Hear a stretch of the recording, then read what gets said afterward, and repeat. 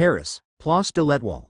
With Sieglinde as the core of the battle group, they took over the sparsely populated empty city without much effort. Since penetrating the Allied lines, they hadn't encountered any decent resistance. Regular troops, or sporadic resistance forces, were as vulnerable as unarmed children in front of Sieglinde. The bazooka rocket launchers of the Allied forces and tank group artillery bombardment didn't play a prominent role. Berlin sent a telegram, an hour later, begun bombing. Under the Arc de Triomphe, the senior officer wearing the Hydra armband shouted.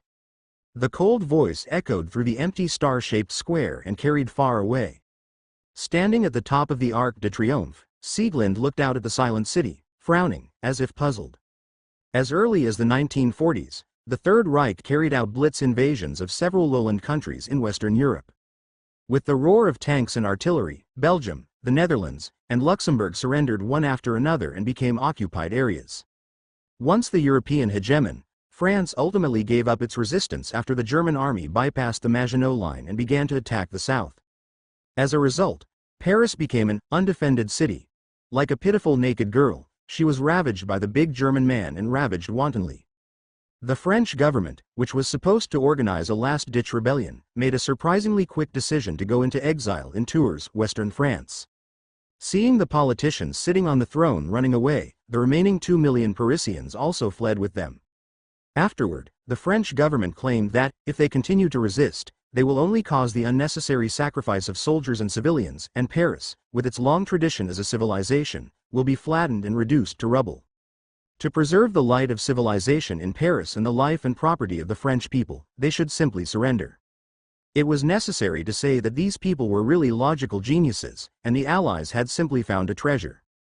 So, when the torrent of German steel passed through the Place de la Concorde, it met no decent resistance at all.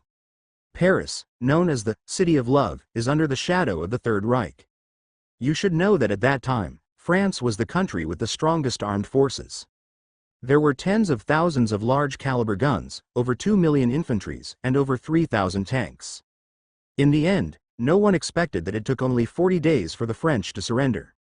It lasted 36 days, Greece successfully resisted for 56 days, and Norway lasted almost a few months. In contrast, as the dominant player in Europe, France really looked awful, so much so that it later became a well-known tragedy. Since then, a variety of insulting remarks emerged, gradually forming a trend. For example, no one can take over Paris before France surrenders. The French military salute is to raise your hands above your head. Only diminutive men and women can save France, and so on. I don't understand why the general wants me to take over an uninhabited city. Paris has long fallen, and even though it was taken back by the Allies, it has little value. Under the dense night sky, Sieglinde crossed her arms in front of her chest, wondering. She was one of the battleship class created by Berlin. She has long golden hair, considered a trait of Aryan noble bloodline, which falls behind her shoulders in a long braid. She is nearly 2 meters tall, physically fit, strong and powerful, and emitted a strong aura. No one could take her lightly. At Sieglinde's heels were the tank-class soldiers in heavy German armor, a total of 34 men. Originally there were 40 men. 6 soldiers were sacrificed against tanks, snipers, and rocket launchers. They were scattered around the Arc de Triomphe, maintaining necessary vigilance. Such a team penetrated the Allied lines in Free France and pushed its way unimpeded to Paris, scaring the Allied top brass. This was the battle plan developed by General Guderian. In another hour, the whole of Paris will be in flames. The senior officer with the Hydra armband, standing under the arch, tilted his head and shouted. The bombing of Paris was an order given by Berlin. This morning, the Third Reich made a threatening public speech to the Allies. The other side claimed that unless the Western Allies withdrew to their own territory and announced their surrender, London and New York will be reduced to rubble, just like Paris. Why do I get the impression that he wants the Allies to put all their forces in Paris? Sieglinde narrowed her eyes and jumped off the Arc de Triomphe. Falling from a height of 50 meters to the ground did not affect this female battleship-class soldier. With a slight bend in her legs, she removed the force of her fall and walked up to the senior officer. Tell me, what kind of surprise did Hydra prepare for the Allies? Sieglinde looked at the senior officer who came to supervise the war. She was a head taller than the other, and she spoke with a condescending tone. You don't need to know, Ms. Claudia. The senior officer called Sieglinde by her real name and whispered, "You are a weapon of the Third Reich. Your only task is to execute orders and obey." "My name is Sieglinde." This battleship-class female soldier raised her eyebrows. The blonde hair hanging down to her waist fluttered suddenly. "That's the character in the opera. The reason why General Sankt gives you such a name is just..." Before the senior Hydra officer could finish speaking, Sieglinde quickly extended her right hand and grabbed her opponent directly by the neck. She lifted the guy as if she was lifting a chicken. To her, the human body is as fragile as a piece of paper, which could be crumpled at any time. "I am Sieglinde, the Valkyrie of the Empire. This is the honor bestowed upon me by the general. And, what I ask, you answer. Don't talk too much. This isn't Berlin. It's prevalent for soldiers to die on the battlefield." Sieglinde's lips pursed, and a cold smile escaped. The wispy white energy around her body resembled curved arcs of electricity that kept jumping. If she wanted to, she could turn this self-righteous coward into a pile of charcoal in just a few moments. General Sankt decided to put the final battlefield in Paris to attract the attention of allies, forcing the allies to counterattack by sending their underdeveloped supermen. The senior officer wearing the Hydra armband isn't some stubborn, weak-minded person. After being threatened with words by Sieglinde, he told her what he knew. Who told him to see it with his own eyes? This battleship-class female soldier blasted a tank into scrap metal. Countless Allied soldiers have died at the hands of the other party, and there's no need to become one of those poor souls. The final battlefield means that the Superman of the Allied countries may come? Sieglinde loosened her palm and ignored the senior Hydra officer, who was shivering with fear. All three battleship classes are very interested in the Allied Superman, a legendary war hero by Roosevelt and Churchill. If they could wring the other side's head, it will undoubtedly bring a devastating blow to the Allies' morale. Do I want this credit? Sieglinde thought so.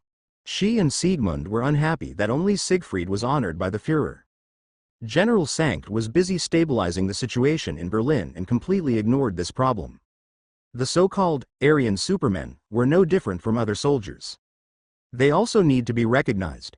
They need a medal that symbolizes honor, not just as a propaganda object for the Axis powers. I wish the Allied Superman would come sooner so that I could get an Iron Cross. Spare that bastard Siegfried from showing off his Knight's Cross awarded by the deceased. Sieglinde's thoughts diverged, and she quietly waited for the bombing. 40 minutes later, she suddenly raised her head, her eyes condensed a little and looked into the distance. In the night sky, where the stars and moon are dim, there seemed to be several transport planes flying over. Vaguely, one can see that it was the flag of the Allies. The transport plane lowered their altitude, and the soldiers with parachute packs on their backs dropped down like dumplings. A moment later, tiny flowers bloomed in the night sky. The Allied aircraft didn't dare to come too close to the Place de l'Étoile. The Aryan Supermen of the Third Reich had already proved their ground-to-air combat capability with countless scrapped bombers. Steve, beware of possible tank-class soldiers. Luke landed near Champs-Élysées, a famous spot in Paris, a latter-generation shopping destination where luxury stores and high-end restaurants were located. However, there's only a mess now. After the fall of Paris, flags of the Third Reich were hung on both sides of the street, and there were notices for recruiting reserve troops. According to the Strategic Science Reserve Intelligence, there were only Sieglinde and about 30 tank-class soldiers in Paris.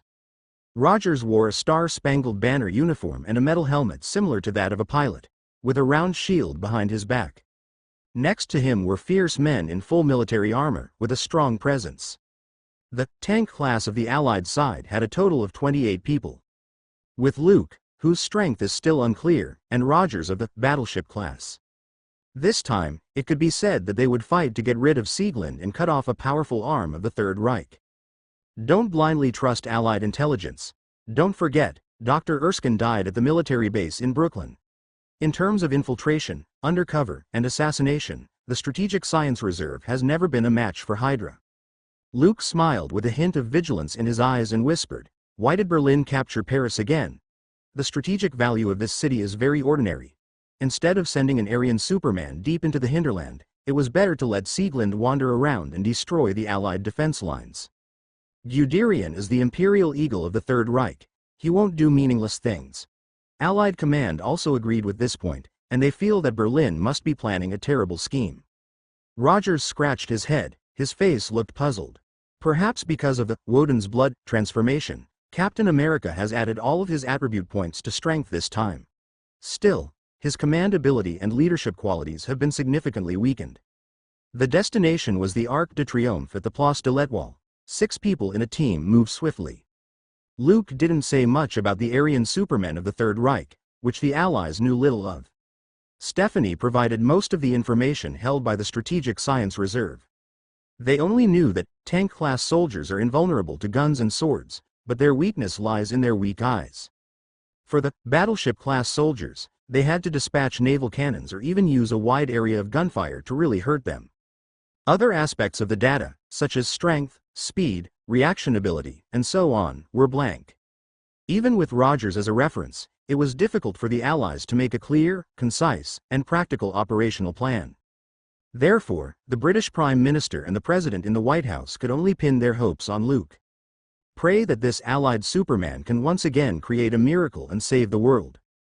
We are inferior to the Germans in number, so remember not to spread out, keep the formation and advance steadily. Before leaving, Luke seriously said, if you meet Sieglind, evacuate quickly and leave her to Steve and me. A tank-class soldier is like a newborn baby in front of her, this is Ms. Stephanie's own words. Those sturdy, tank-class Allied soldiers nodded their heads one after another. This unit, codenamed Colossus, is led directly by Luke. After a few days of friendly exchanges, these strong men have sincerely respected the young brigadier general in front of them. After all, not everyone could afford the other person's persuasive way of reasoning with your fist. Allied Superman vs. Sieglind is really a good show. A few blocks away, Baron Strucker was watching the Arc de Triomphe with a Goertz telescope. Behind him stood a man wearing a strange mask, who said in a harsh voice, I still don't understand why you're so attached to Luke Cavill. What's so special about him? Of course, you wouldn't understand, Zemo. Baron Strucker took his eyes away from the telescope, turned around, and said, I absorbed part of Red Skull's influence and learned a more profound secret about Hydra. He is Dr. Erskine's serum creation, the first-generation super soldier. Steve Rogers and Luke Cavill are the second generations. But don't you find it strange that the same serum had created 3 different super soldiers?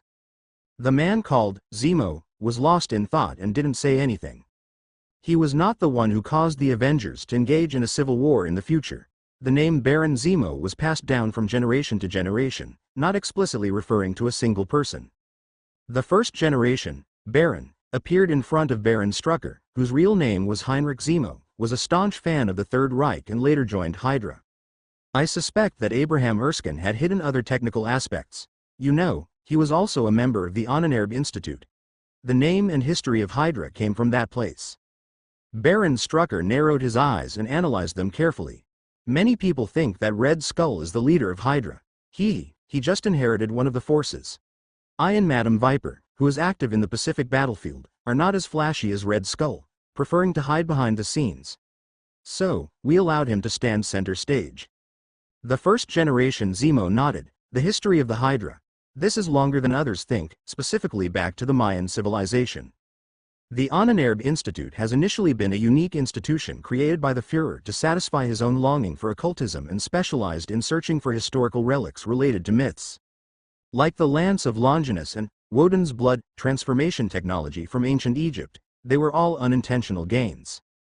Dr. Erskine, who betrayed the Third Reich and took refuge in the Allies, was once a member of the Ahnenerbe Institute. He was also involved in the excavation of Hydra. With this in mind, Zemo frowned and asked, what do you think he's hiding? Inhuman. I especially investigated Luke Cavill. He is mighty, far beyond the realm of super soldiers. Baron Strucker's eyes twitched a little, and he spoke with certainty. Do you remember the history of Hydra? We're bringing back the banished god. I suspect that Luke Cavill has alien blood. Otherwise, it would be impossible to explain why Erskine chose him. Before that, he and Steve Rogers were just 2 ordinary people in Brooklyn. Baron Strucker really has a brilliant mind, and could link Inhuman and Luke together. If Luke knew this guess, he wouldn't want to laugh out loud. So, you want to use General Sankt's power and Aryan Supermen to control Luke Cavill, and then sacrifice him to the god of the Inhumans, as a sacrifice for the Project Distant Star. The first-generation Zemo was worthy of being a high-ranking member of the Hydra and quickly smoothed out Baron Strucker's thoughts. The so-called Project Distant Star is an offering sent to the banished Inhuman at regular intervals, the object used as the monolith excavated by the Ahnenerbe Institute. No one knows where the other end of the portal leads to. However, what is certain is that the Inhuman God, who once almost ruled this planet, is waiting to be welcomed back on the other side of the portal. It's a perfect idea. Zemo applauded. However, what if Luke Cavill is not of Inhuman blood, or Sieglinde isn't his match? Baron Strucker, smiling like the mastermind behind a sure victory, said, "It doesn't matter. I'm just helping the Third Reich to clear the hurdles while verifying my suspicions." You think there's only one battleship class in Paris? There are two more powerful Aryan supermen like Sieglinde. They're on their way. Boom. The distortion halo, like electric light, poured out on the tank-class soldiers wearing Allied uniforms. The latter's shoulder looked like it had been hit by a cannonball, tearing off a large piece of flesh and blood, and the white stubble of the bone was exposed, which was particularly shocking. However, this tank-class Allied soldier didn't fall. Instead, he ran into the enemy like a bull in desperation. Dong. The two figures rolled into a ball and grappled with each other. Compared with the tank class of the Third Reich, Allied soldiers are more thick-skinned and can withstand the opponent's output. He clutched his enemy's waist as hard as he could, and his companion rushed up, snagging firmly on the neck and twisting hard. As if picking fruit from a tree, the fragile neck bone was snapped off, and blood gushed out like a fountain. The sturdy body fell to the ground with a thud. This fierce battle began 5 minutes ago. Sieglinde's battle group, in teams of 3, and Allied soldiers in teams of 6, met on the street that they had to pass before they could reach the Arc de Triomphe. Unexpected encounter, an instant outbreak. The Allied side reinforced their soldiers towards heavy combatants. They're focusing on reforming the body and strengthening their defense. Accordingly, their distortion halo is weakened, and the lethality was reduced. The tank-class soldiers made by the Third Empire are a bit more comprehensive. They had more time to master their own abilities, and their overall combat power is higher than that of the Allied side. That's why Luke arranged a team of 6 people to avoid fighting alone as much as possible. Boom, boom, boom. A loud explosion sounded. Seeing the compatriots killed, the remaining 2 tank-class soldiers combined their efforts to send a wave of dazzling light that enveloped the entire street. The strong airflow was like a rolling hurricane that blew down all the street lamps. The terrifying energy was like a flood of light that poured out of the sky in a flash. The Allied soldiers who just broke the enemy's neck couldn't escape being caught in it. No matter how thick-skinned he is, his defensive power is impressive, but he couldn't stop this kind of fierce attack.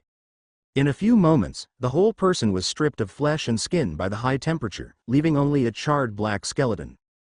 Fall back. The leader of the 6-man team quickly dodged backward to avoid being hit. Their strength is their numbers and defensive power, and they can fight the Third Empire's tank class in a battle of attrition. Once you fall into the disadvantage of a distortion halo bombardment, you have to retreat in time. This was Luke's plan. In his words, there is no need for rules when dealing with Nazis. Everyone should work together. However, when the situation turns bad, you should know how to retreat strategically, not just mindlessly charge. Let me help. Before the Allied team, which lost 1 person, exited the street, a tall figure in the Star-Spangled Banner uniforms appeared behind them. Follow me. Rogers held the vibranium shield in front of him and strode forward like a Spartan warrior guarding the mountain pass. The powerful distortion halos poured down on the round shield like a tidal wave, but it didn't cause the slightest damage. Luke is correct. As long as I raise my shield, the enemy's attack will focus on one point and won't attack any other vital issues on my body. Rogers broke through the combined power of 2 tank-class soldiers and forced his way in front of them with a single dash. The metal shield drew an arc, just like swinging a powerful downward hook to fly the enemy in front of it. Later, Rogers followed up with a dragon crash kick and kicked the German soldier who hadn't reacted yet. The other's abdomen contracted, bent like lobster, and their bodies rolled and smashed into a glass window on the side of the street. Don't scatter. Go to the next street and join the others. Easily defeating the 2 enemies, Rogers turned around and said so. The tactics they adopted were to form an encirclement in groups of 6 and advance towards the Arc de Triomphe.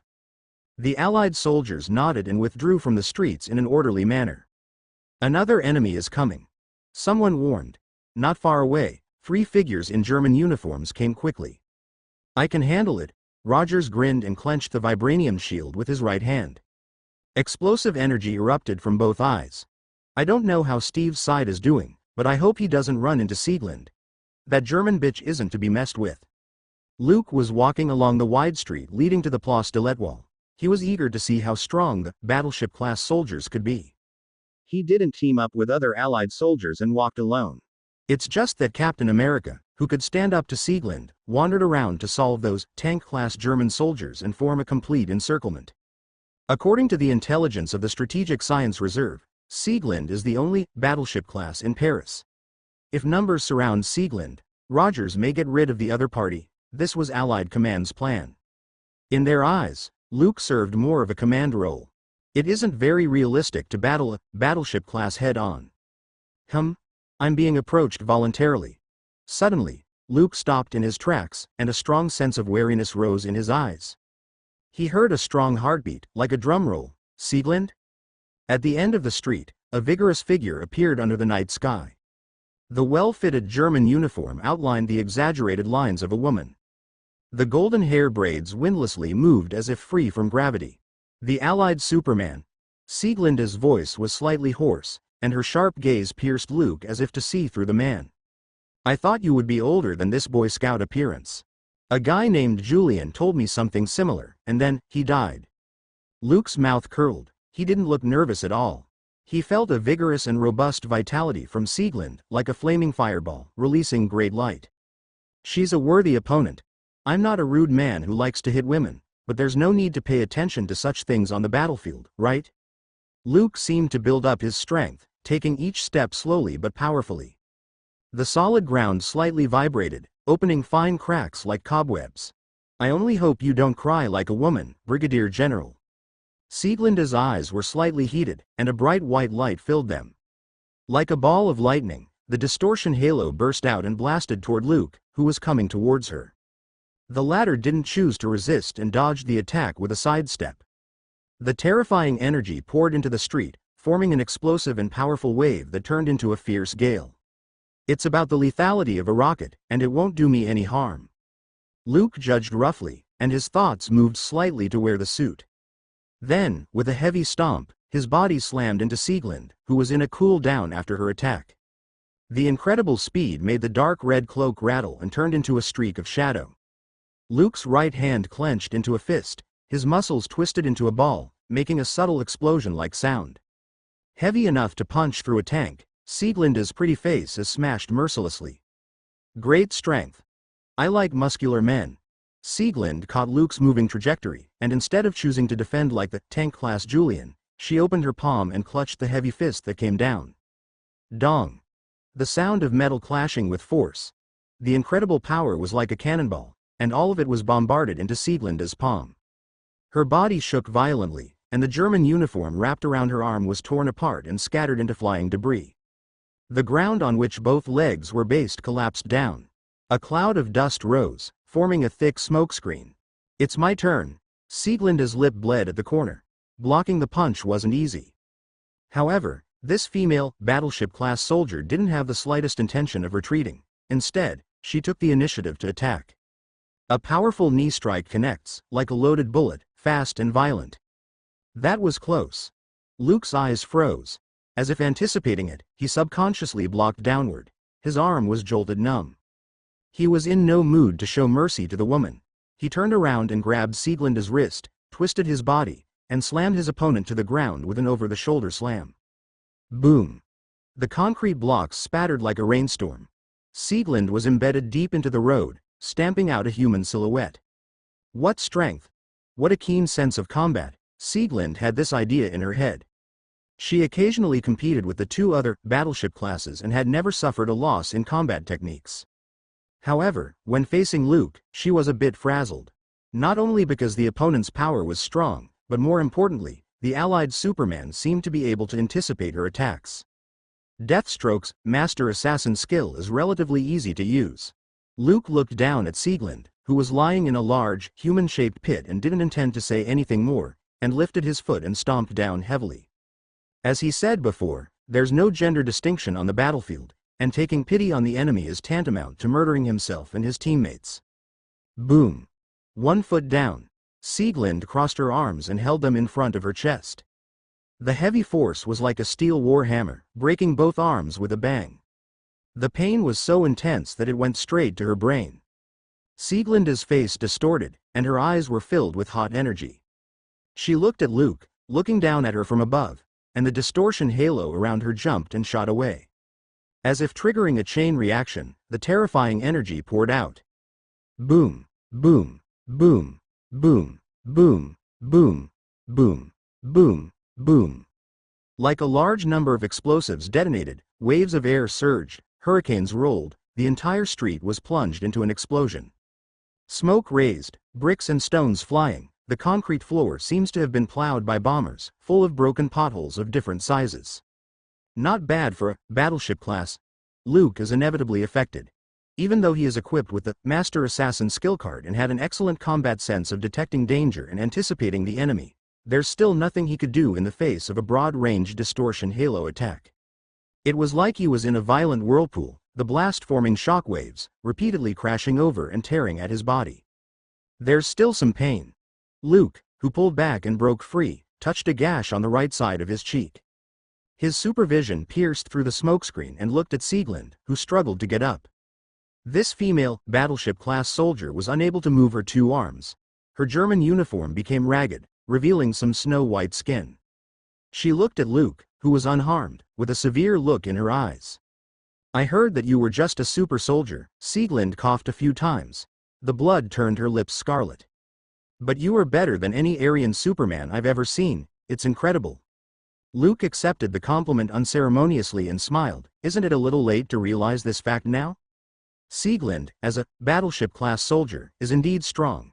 She is incredibly close to his current self regarding strength, speed, and will to fight. Unfortunately, to ensure victory in the battle, Luke used Deathstroke's Master Assassin's skill card in advance.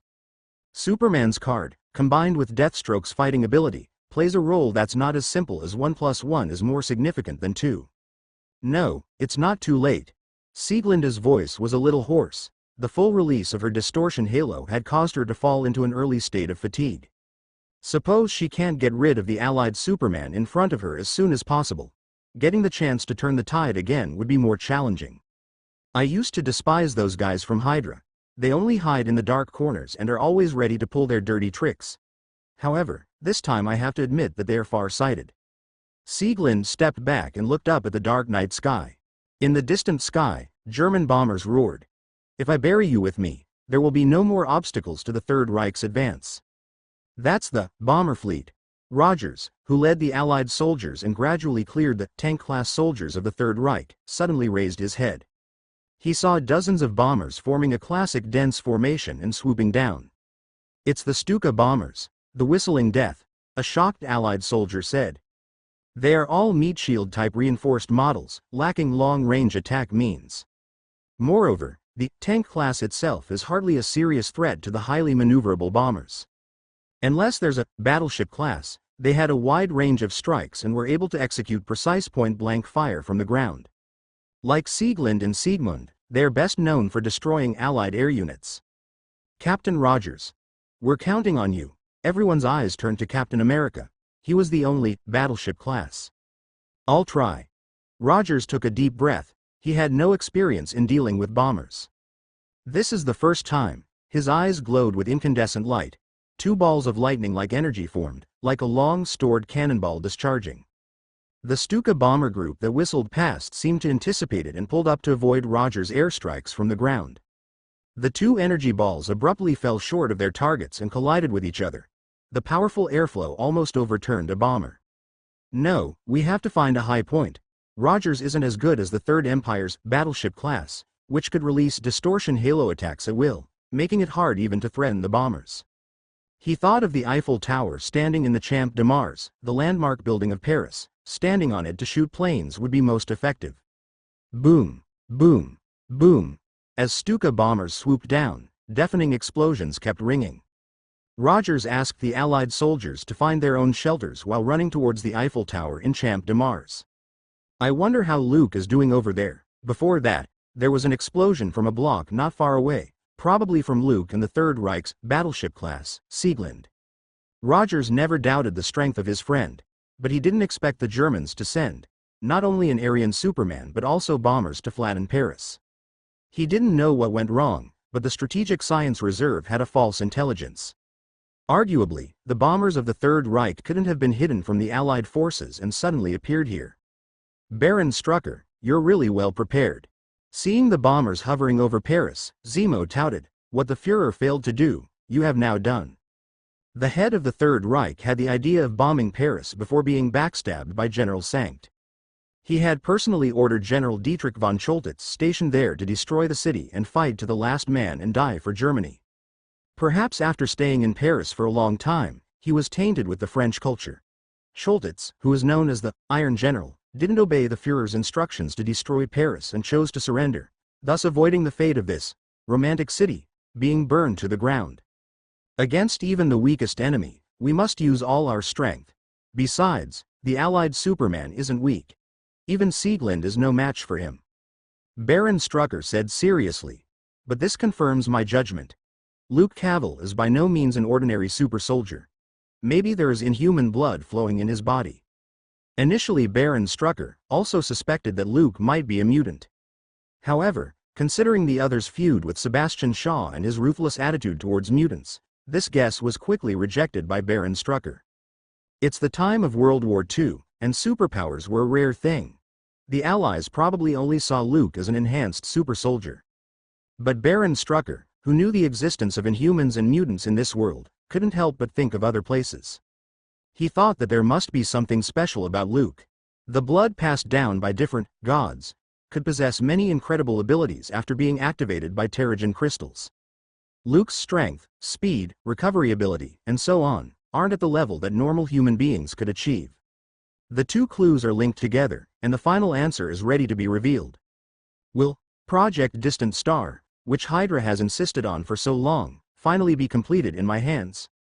Baron Strucker, who thinks he knew the truth, couldn't help but feel an excited little inside. It was as if he had already seen the future scene in which he would receive eternal life from the inhuman god. At that time, not to mention the Allied forces, even if the entire world united, they couldn't resist the inhuman domination of the planet. What's that? The first generation Zemo's surprised voice interrupted Baron Strucker's fantastic fantasy. Zemo, you have to be stable, everything is under our control. He snarled, picked up the telescope, and looked in the direction pointed by the other party. He saw a green light passing in the night sky. A vague figure sat on it, soaring under the sky. Is that a horse? Baron Strucker's jaw dropped. The Allied Superman summoned an emerald green horse with 2 wings on its back? And it could also fly in the air? This was also an ability from the inhuman bloodline? This leader of the Hydra had many questions. Although it's said that the spectrum of emotions is only available in the studio next door, the thoughts and emotions of living beings could more or less stimulate the vital energy of the Green Lantern. Luke, who swallowed the Green Lantern corpse disc, harnessed a little bit of willpower, and the emerald green light erupted like an invisible pen, outlining a heavenly horse with 2 wings on its back. Sieglinde, who was preparing for the bombing, looked shocked. Her brain briefly fell into a state of blankness. What the hell is this? Where did that illusory, shadow-like, emerald green glowing horse emerge from? We'll fight later, I'm going to take care of some trouble first. Luke, like the Norse god, Odin, the Allfather who controlled the 8-legged horse, Sleipnir took off into the sky in an instant and flew towards the bombers that swept over Paris. The so-called Green Lantern corpse disc is a one-time substitute for the power ring, which didn't need the lamp to charge. It was mainly for emergencies. Its usage time is short and will be scrapped automatically when the energy is consumed clean. It's a unique item of the Green Lantern Corps. There is something wrong with the intelligence from the Strategic Science Reserve, not even knowing about the bombing by the Third Reich. Maybe Hydra is up to something again? Luke, riding on a Pegasus, ablaze with the light of willpower, chased a Stuka bomber under the night sky. The green glow of willpower wrapped around his body, freeing him from the gravitational pull of the Earth. Good heavens! Sir, Why didn't you tell me we were going to fight this monster before we left? The pilot of the Stuka bomber quickly told the gunner to fire the 7.92mm MG-17 machine gun. Da da da. Da da da. Long tongues of fire spewed out and struck Luke's body. Having the Kryptonian suit absorbs most of the kinetic energy, this damage was like scratching an itch for him. Boom. A punch swung out. The metal structure of the flat wing was broken. Like a bird with broken wings, the bomber screamed sharply and fell toward the earth. Next one. Luke stopped and turned around skillfully, like a predator. He flew toward the poor, weak, and helpless bombers. Boom. Boom. Boom. Boom. Boom. Boom. Boom. Clouds of dazzling fireworks, blooming in the night sky. Baron Strucker, who was full of ambition, saw this scene through the telescope. He was livid and speechless with anger. He didn't know how much time it took to get General Sankt to allow Hydra to mobilize a fleet of Stuka bombers. As a result, it was scrapped in less than a few minutes. Are Siegfried and Siegmund here yet? Baron Strucker turned around and asked in a gloomy tone. To deceive the Allies' eyes, they left the front line yesterday and headed for Paris. Counting the time, they should be entering the city. The first generation Zemo bowed his head and replied. He wisely didn't ask why Luke could create a Pegasus and didn't mention that the Allied Superman punched a bomber and turned over the whole fleet. Let's withdraw. Baron Strucker pondered for a long while and made a decision. He was hiding in an unknown corner, watching the opponent fall into his own carefully designed terrible trap, exhausted all efforts and couldn't break free, and finally wait in despair for death. This was a rather fulfilling thing for him. But now, Baron Strucker had lost this mood and his original sense of security. He was afraid that Luke would overturn the roof in the next second and appear inside the room, using that righteous iron fist he used to blow up the bomber to give himself an unforgettable lesson. Intense fears have taken root like seeds that were hard to eradicate. It doesn't matter if General Sankt's 3 battleship classes can successfully defeat Luke Cavil, it's none of our business anyway. Baron Strucker saw Zemo's puzzled eyes and deliberately explained, there's a saying in the East, intelligent people don't stand under a wall that's about to collapse. They know how to stay away from danger. Now, Paris is very dangerous. It's no longer a place where you can watch the excitement. General Sankt has already given my soldiers the Woden's blood body transformation. He and the Third Reich are no longer helpful. To be on the safe side, let's leave first. Zemo was a little stunned. Didn't he say that he wanted to capture Luke Cavil, sacrifice him to the inhuman god and finish Project Distant Star? This hasn't even started yet. A green light wrapped around his body, like a human torch. Luke strained his ears and heard the sound of a plane engine starting a few blocks away. He wanted to fly over and take a look, but unfortunately, just like Ultraman, whose energy was about to run out, the original willpower color flickered, a sign that the Green Lantern Corps disc was about to expire. I have to land first. Luke scanned the city with his supervision, and his sharp eyes caught sight of a brightly shining bald head and a sneaky figure wearing a mask. Hydra, it's them. He recognized one of them, Baron Strucker, the man who took Bucky from Klausenberg. He silently noted this. When the Third Reich is finished, he'll go after him again. Locked in on Sieglinda's position, Luke manipulated what little energy he had left and landed on the ground.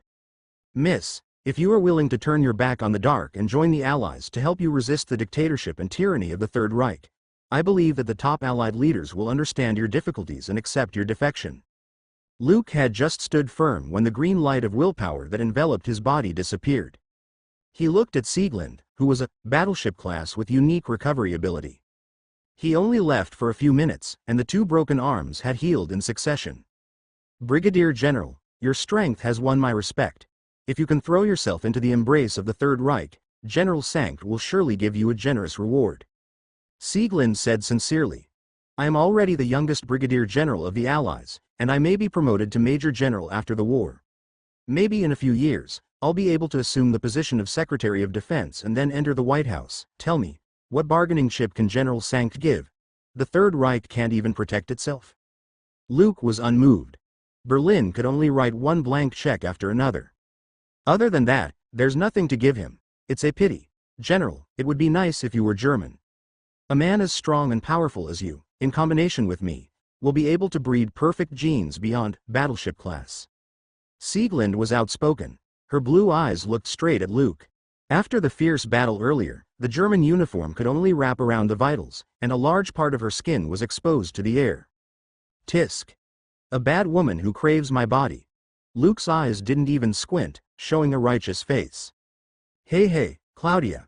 I'm much taller than this guy. Are you sure you don't want to consider me? A German soldier with black hair walked out of the house reduced to ruins in the bombing. He is 2 meters tall, like a human statue cast in steel, and his gestures were full of vitality and strength. He also carried a bloody head in his right hand that used to be a tank-class Allied soldier. Shut up. I told you. Call me Sieglind, you bastard. Sieglind said in an unpleasant tone. Siegmund, don't underestimate this would-be Major General. He deserves to be called Superman, more than the inferior ones. If we fight alone, any one of us may not be his opponent. 2 Aryan supermen, one in front of the other, blocked Luke's way, and the atmosphere suddenly became tense. Well, the guy is quite good at fighting planes, destroying a fleet of bombers with his bare hands. However, as General Sank said, I am the battleship class with the strongest potential, the real Aryan Superman. Another figure came. Blonde, blue-eyed, with robust facial features, wearing the same German uniform as Sieglind. The man looked at Luke with a hint of excitement and seemed eager to start the battle between supermen. Siegfried, you egomaniac idiot, this isn't your one-man show. Sieglind covered her face, knowing full well what would happen if she belittled Luke. The young brigadier general of the Allied side will never give the enemy a chance to breathe once he gets the upper hand. I said, guys, are you done talking? Luke moved his muscles a bit, and with the effect of master assassin skills still in development, he quickly entered the combat state. The sharp eyes swept over the 3 battleship classes and finally rested on Siegmund, who was carrying the head of the Allied soldier. Now that the players are in place, the game begins. The slightly unkind words fell. Luke stomped on the ground, and the strength in his body surged like the tide. The tall and straight figure turned into a blur. It was wrapped in raging air current, like a sports car that sped up instantly and closed in on Siegmund in an instant. Speed and strength, not bad. Feeling the strong air coming from the front, Siegmund threw away the head in his hand and showed a cold smile. His palms clenched so hard that the muscle fibers looked like twisted steel wires. Under the terrifying force, his whole skeleton made cracking sounds. A fist shot out, like a heavy cannon. Luke, who also made his fist swing, had a sudden change in his sharp eyes. At this time, he had the battle sense and melee ability of Deathstroke, the most remarkable tactician and assassin in the studio next door. As a mortal, he had repeatedly singled out the Justice League in Teen Titans World's top mercenary. Plundering life was as natural as breathing for the Deathstroke, and his accumulated combat experience was extremely rich. Up from the superheroes down to the villainous villains. They were likely to appear on his solve list. As long as you give enough money, there was no head that Deathstroke couldn't cut off, so says the advertisement released to the public. He still had several failures. In any case, as Deadpool's first cousin, Deathstroke's martial arts skills were considered at the peak level of human beings. In comparison, it was possible that Lady Shiva, her 2 senior martial brothers, and her daughter could be challengers. The close-quarters combat skills of such a powerful being accumulated through countless slayings. How terrifying would it be? Luke quickly answered. He tilted his head, avoiding the heavy artillery-like uppercut with precision. Strong airflow hit his face, blowing the short black hair. Luke didn't change his expression. He seemed to know that the guy couldn't hit himself with this punch. While Siegmund closed his fist, he hugged his opponent's neck with both hands and pushed forward hard. His knees suddenly went up and slammed into his abdomen. The series of actions were crisp and agile as if they had been done countless times. The rich experience from Deathstroke told him that the nerve sensitivity around the abdominal cavity filled with many organs was extremely high. As long as he struck here, he could immediately cause severe abdominal pain, making it difficult for the enemy to breathe, causing muscle spasms, and quickly losing the ability to fight. The fact is just as Luke expected. Even though Siegmund is a battleship class with outstanding physical qualities, he is still a human being. Poof! The powerful knee strike caused Siegmund to spit out a mouthful of blood. He felt his abdomen turn upside down, his organs stirred into a mess, and his breath choked. That hurts. Siegmund leaned forward, bowing into a giant lobster, almost kneeling. In one look, he was crushed by Luke's display of combat sense. Not done yet. A deep voice from above rang in Siegmund's ear. The hands that were tightly wrapped around his neck pressed down heavily. The fragile neck bone made a crack sound, and the pain, like pins and needles, rushed to his brain. The whole person fell. Boom! Siegmund's muscular body, like a cannonball, smashed into the hard concrete floor. The arrogant face was in direct contact with the dirt. The blood flowed freely from his nose, and in a short time, his whole face was covered with blood. In less than 20 seconds, this battleship class came to a miserable end. Asshole! I'm going to twist off. Siegmund was furious, like a roaring bear. He was about to turn over and climb up when Luke kicked him back. I didn't say you could stand up yet. There's a strong sense of insult in his playful tone. Siegmund, who was unilaterally mocked, almost went crazy. He braced his hands on the ground, his bulging muscles swelling through the German uniform. With a jerk, he forced off the foot on his back. Those eyes, filled with anger, were full of blazing energy. A ball of lightning like high-temperature aura was about to erupt. Die! Before Siegmund could do anything, a hand as strong as an iron pincer was pressed against his face. It was like a sledgehammer hitting the battleship class in the face, breaking his nose, and making it bleed. The uncontrolled and terrifying energy poured out directly from between Luke's fingers, like a dazzling arc of lightning that struck his palm. For a while, the zzz sound of electricity was incessant. I said, I didn't say you could stand up, don't you understand? Luke's voice sounded faint, without the slightest fluctuation of emotion. Even if the palm of his hand were attacked by Siegmund's distortion halo, it would burn into charcoal. The terrifying high temperature, coupled with the destructive light ball that can bombard a tank, quickly stripped away the surface skin, and the blood that gushed out was evaporated, exposing the white stubble of bones. Such a shockingly serious injury on Luke, as if not worth mentioning, it didn't even qualify in making him frown. The palm of his hand, which was almost wasted, was still holding Siegmund's head like a basketball. No matter how much he struggled, he couldn't escape. After a few breaths, the charred flesh of the right hand began to wriggle, and the necrotic skin grew back. Although the healing process isn't fast, it's safe to assume that Luke's palm will be back to its original state in about 10 minutes or so. This guy doesn't feel pain. Siegfried, the arrogant blonde guy, felt chills. Although they were Aryan supermen, they had experienced the intense pain of human transformation. They must have solid nerves and a strong will. But it's also challenging to be like Luke, frontally withstand a shot of distortion halo and still be indifferent to the point of apathy. The young brigadier general of the Allied side didn't even raise an eyebrow. His eyes remained calm as always. I certainly felt it.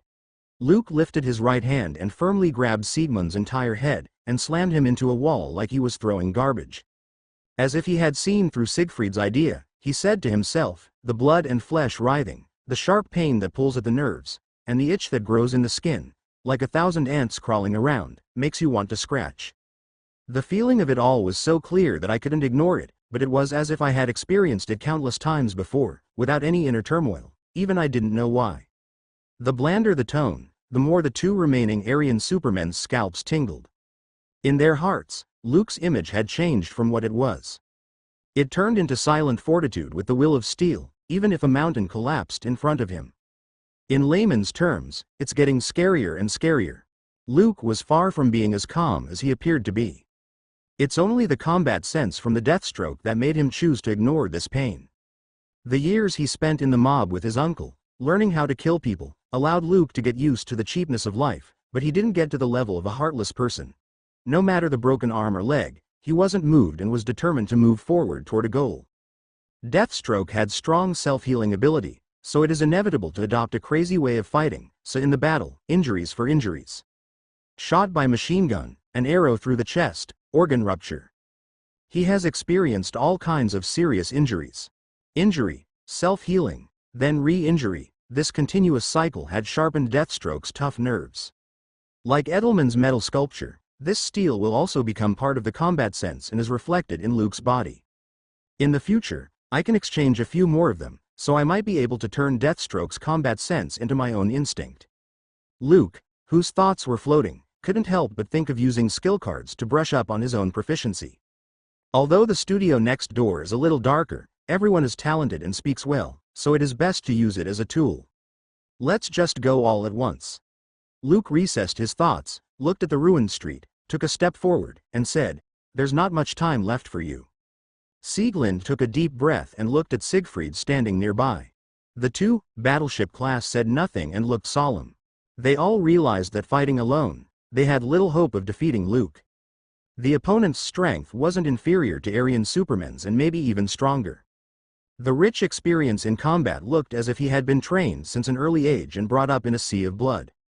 Luke ultimately makes up for the lack of means of attack, fearless of pain, decisive action, and fantastic self-healing ability. He was the most indestructible human weapon. It's a 2-to-1 situation, so I don't think the chances of winning this game are low. Siegfried strode out without fear.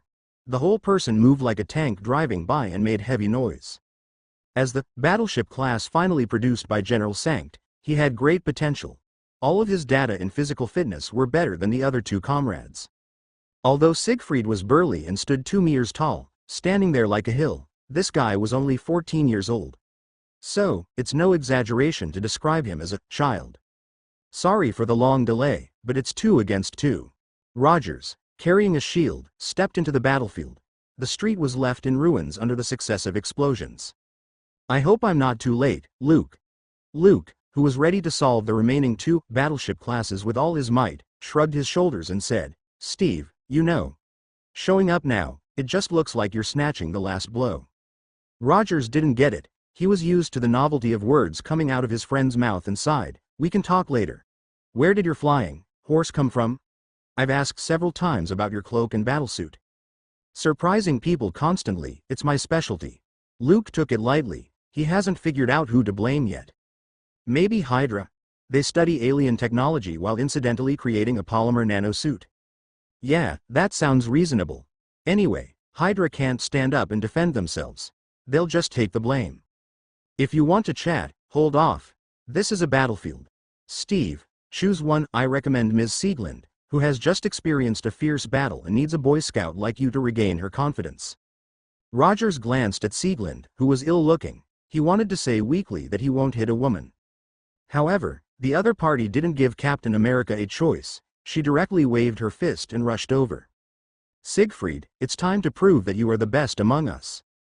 Although Rogers was also a super soldier, he was strengthened after being transformed by Woden's blood. But Sieglinda's intuition told her that this guy was much weaker than the young brigadier general of the Allied side. Therefore, without saying anything, her fist smashed directly into the shield. Boom! Why did I involuntarily hit the shield when I was aiming at his head? Sieglind punched at the 5-pointed star on the vibranium shield consecutively. "Sorry, ma'am." Rogers sunk his feet into the ground and blocked Sieglinda's punch, then clenched his left fist and struck his opponent straight in the shoulder. Rip! The German uniforms that had suffered so many impacts were torn off instantly. All of a sudden, the scene of spring. "Sorry, ma'am." Rogers, who took a glance, subconsciously tried to turn his head away from the snow-white scenery, but Sieglind gave him a heavy punch. This battleship-class female soldier didn't care about exposing her body and even approached him boldly. "You don't look like a warrior at all compared to the general." Sieglind grunted coldly and seized the opportunity to strike a violent blow as if to let out the anger from the previous frustration. Poor Rogers, he didn't understand the futility of acting like a gentleman in battle. Luke saw Rogers, whose cheek swelled and fell into a disadvantage. He shook his head and said, "I hope it turns into a good lesson for him." "Your opponent is here." Siegfried, who had been sitting on the sidelines for a while, saw his partner gaining the upper hand and attacked as well. He wondered how strong the battleship class of the Allied side was, but he didn't expect it to be a useless guy.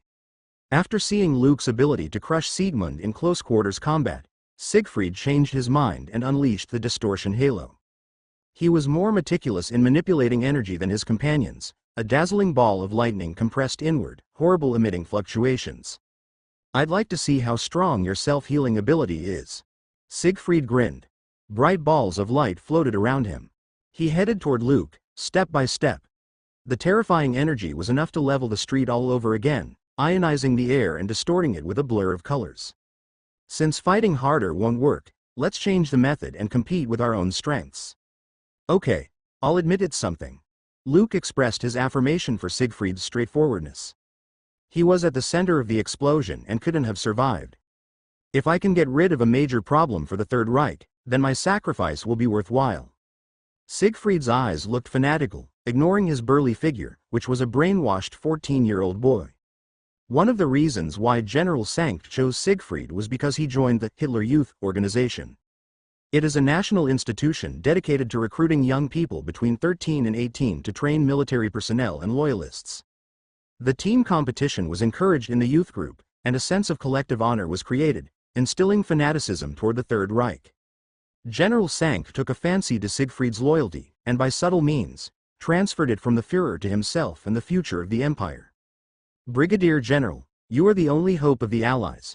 If you are annihilated here, Sieglinde will attack London next and twist Churchill's head off. Then there's New York, Washington, D.C. Put an end to this confrontation with an effective blitzkrieg. At that time, the Third Reich will carve up half of the world, and I will be the hero who laid this magnificent foundation. Siegfried walked steadily and slowly at every step, compressing the energy ball released from his body and spending all his energy. Only by talking to entrap Luke, he tried to prevent this allied Superman from turning around and running, so it wouldn't fall short. I was only going to fight you as a mediocre super soldier. Luke seems to look as if he felt helpless. He knew that the general battleship-class energy manipulation was relatively rough. Immediate release, detonation, and causing damage through high temperature and shock waves. As the most potential and youngest Aryan Superman, Siegfried is better at controlling it. He once stood on the Berlin walls and used a spherical light blast to slaughter tens of thousands of Soviet prisoners and had the fantastic feat of bombing a group of tanks and penetrating a fleet of troops. Siegfried is the strongest of the three battleship classes, in terms of long-lasting combat ability and energy attack. If the opponent were playing a one-on-one limit competition, it would really be a bit tricky. At this moment, the street was filled with explosive barrels. All it takes is a spark, and the horrific explosion will destroy all living things in the area. All right, I'll stop pretending. Luke thought it would be better to end the fight as soon as possible rather than spend half a day recovering from his injuries, awkwardly. With a thought, he opened the panel, Upgrade. Thanks to the great propaganda from the Allies, there were many miracles and unexpected victories, which made the rising speed of the reputation points rise steadily and rapidly, just like the stock market. Luke met the upgrade requirements of the LV2, Soldiers, card when he defeated Red Skull and destroyed Hydra headquarters. However, as a veteran game grinder, he didn't complete the upgrade immediately and habitually used the LV1, Civilian, card. At that time, Luke didn't know the existence of Aryan Supermen, and he didn't think there would be any powerful enemies during World War II, which could threaten his own life. If the Sorcerer Supreme in Karma Taj wanted to trouble him, he would have drawn a circle and came through the door long ago. There was no need to wait until now. Apart from the Ancient One, the many demon gods hiding in other dimensions, or Odin, the Allfather, far away in Asgard, rarely interfered with the mundane world. That's why Luke said he wanted to be a mediocre super soldier to get along with the rest of the group. It may also cause all the forces to be wary with too much power, becoming a target out in the open, although he didn't care. Sitting at the poker table and playing the game is just a personal pleasure. Anyway, he had the guts to turn the table at any time. Like now. The dramatic changes in the timeline of World War II and the emergence of Aryan Supermen caused the trajectory of the world's future to get blurred. Luke, who lost his primary advantage, felt it necessary to change himself, more in line with the image of Superman. With a slight movement of the mind, the upgrade began. The panel consumed a massive amount of reputation points, just like a bottomless pit, almost to the very bottom. It's like the stock market in a financial crisis, having a crazy meltdown. Luke thought silently with a bit of heartache. When the war is over, gathering reputation won't be easy. Then I'm afraid I'll have to look a little further away. For example, the 9 realms? The process of upgrading was fast and straightforward, and he didn't experience any pain. Luke was prepared to accept the possible changes. For example, the body would emit golden light, hair color becoming red, orange, blue, or purple. Or, like Roger's serum injection, he would suffer inhuman pain and needed a strong will to survive. Unfortunately, nothing happened, and the upgrade was completed quickly. Is this what it's like to use a cheat? Luke stretched out his hands and clenched his fists hard. His perception became sharper, and he could perceive the terrifying power rushing through his body that was tens of times greater than before. The whole person was like a quiet active volcano, which could cause devastating and terrible disasters at any time. This isn't the limit, Luke murmured. The rapid rise of power brought about a rapidly expanding desire. For a while, he had the illusion that he could punch Odin and kick the Ancient One and do whatever he wanted. Fortunately, his remaining reason suppressed this impulse. But beating a few Aryan supermen isn't a problem. Luke's eyes slightly glowed with heat, and he only needed to concentrate on releasing a high-temperature ray that evaporated flesh and blood. The yellow sun energy, which wasn't enough to support the attack, was continuously absorbed and transformed. He even felt that his body became lighter, and Earth's gravity no longer bound him. I've come this far because of my natural talent and hard work. The card is just an aid. Got to give it to him. Luke was quite shameless, just like his crossover predecessors. He opened the panel with his thoughts. Host. Luke Cavill. Loaded card. Superdemon, LV2, ability. Nature extraction, active, bioforce field, active, flight, active, heat vision, active, psychic immunity, passive, stellar energy, passive. Reputation. 7776 achievement. Legendary man. The bioforce field seems to have changed. After glancing at the updated data, Luke converged his thoughts and refocused his attention on the battlefield. It's well known that when a critical breakthrough is made, a near-death explosion is made, or an off-court commentary is provided, the outside world is typically in a state of suspension. So, when Luke finished his upgrade, Siegfried hadn't gotten in front of him yet. Brigadier General, let's embrace death together. Before Siegfried finished his last words, Luke subconsciously put away the bioforce field and stepped forward. Boom. Just one step, smoke fluttered and spread everywhere. The concrete can't bear the terrible force, and cracks spread like cobwebs in all directions. As if a loud prehistoric creature stomped the earth. Heat vision. Luke's eyes focused to one point, and a glowing red light filled it. The majestic energy poured out, turning into two beams of high-temperature rays. Just like cutting butter with a hot knife, it cut Siegfried straight down the middle. The dazzling balls compressed inward, a burst of white energy. They were about to level the street. Luke was in the center of the explosion, but no hurry. He directly opened the bioforce field and wrapped himself in it. Rumble. Like dozens of tons of hammers, strong shock waves hit the invisible barrier head-on, sending out a booming sound wave. Luke's expression didn't change, and he walked on. He expanded his bioforce field to cover the bruised and battered Rogers to prevent him from being affected. Immediately after, a crimson beam of light streaked straight through. The horrified expression on Sieglinda's face solidified at that moment. The high-temperature rays that evaporated flesh and blood penetrated this battleship-class female soldier's heart. She died without pain. There's one more. Luke kept walking amidst the flames of the explosion and the smoke and dust that swirled. The bioforce field both isolated everything for effective defense and allowed him to control the output better.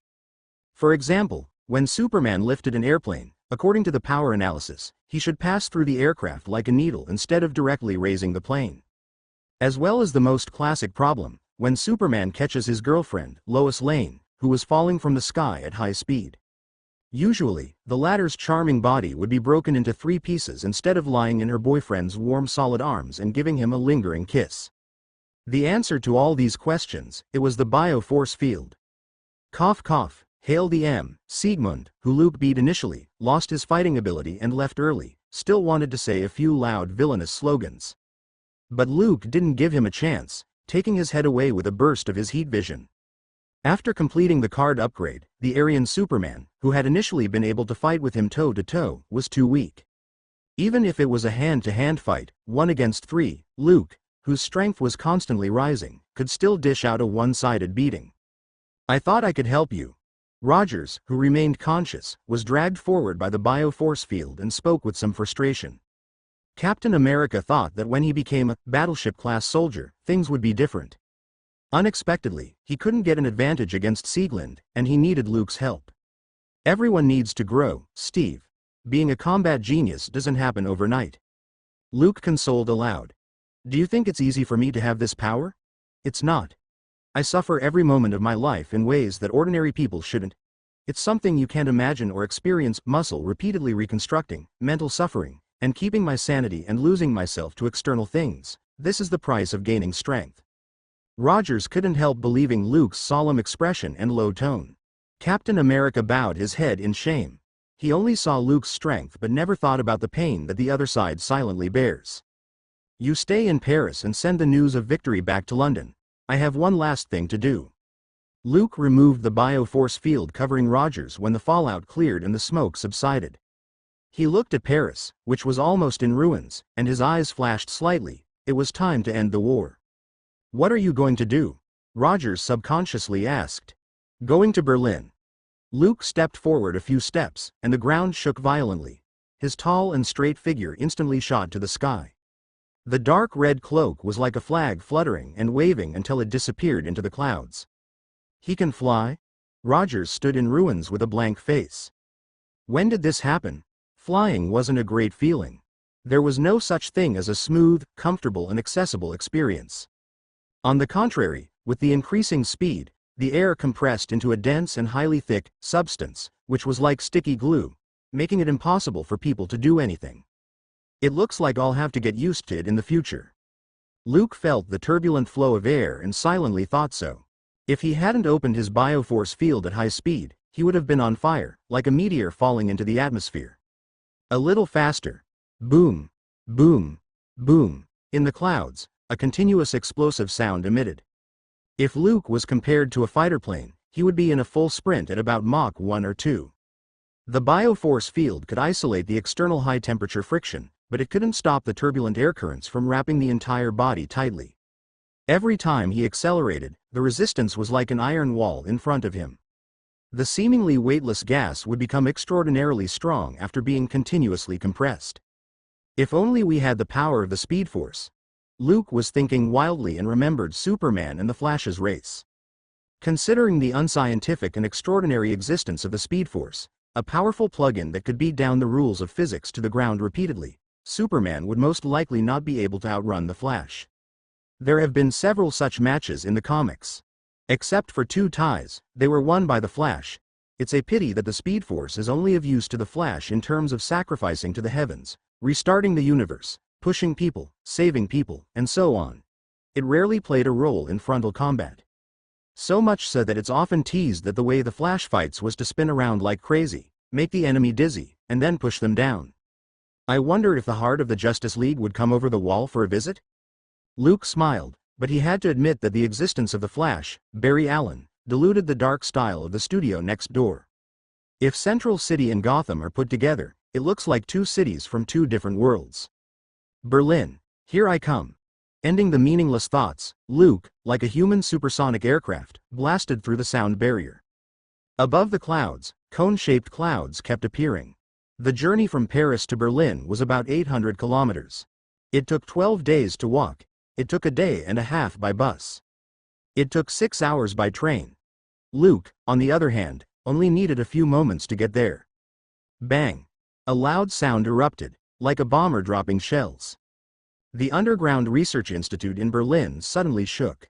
A tall figure passed through the thick concrete floor and slammed into it.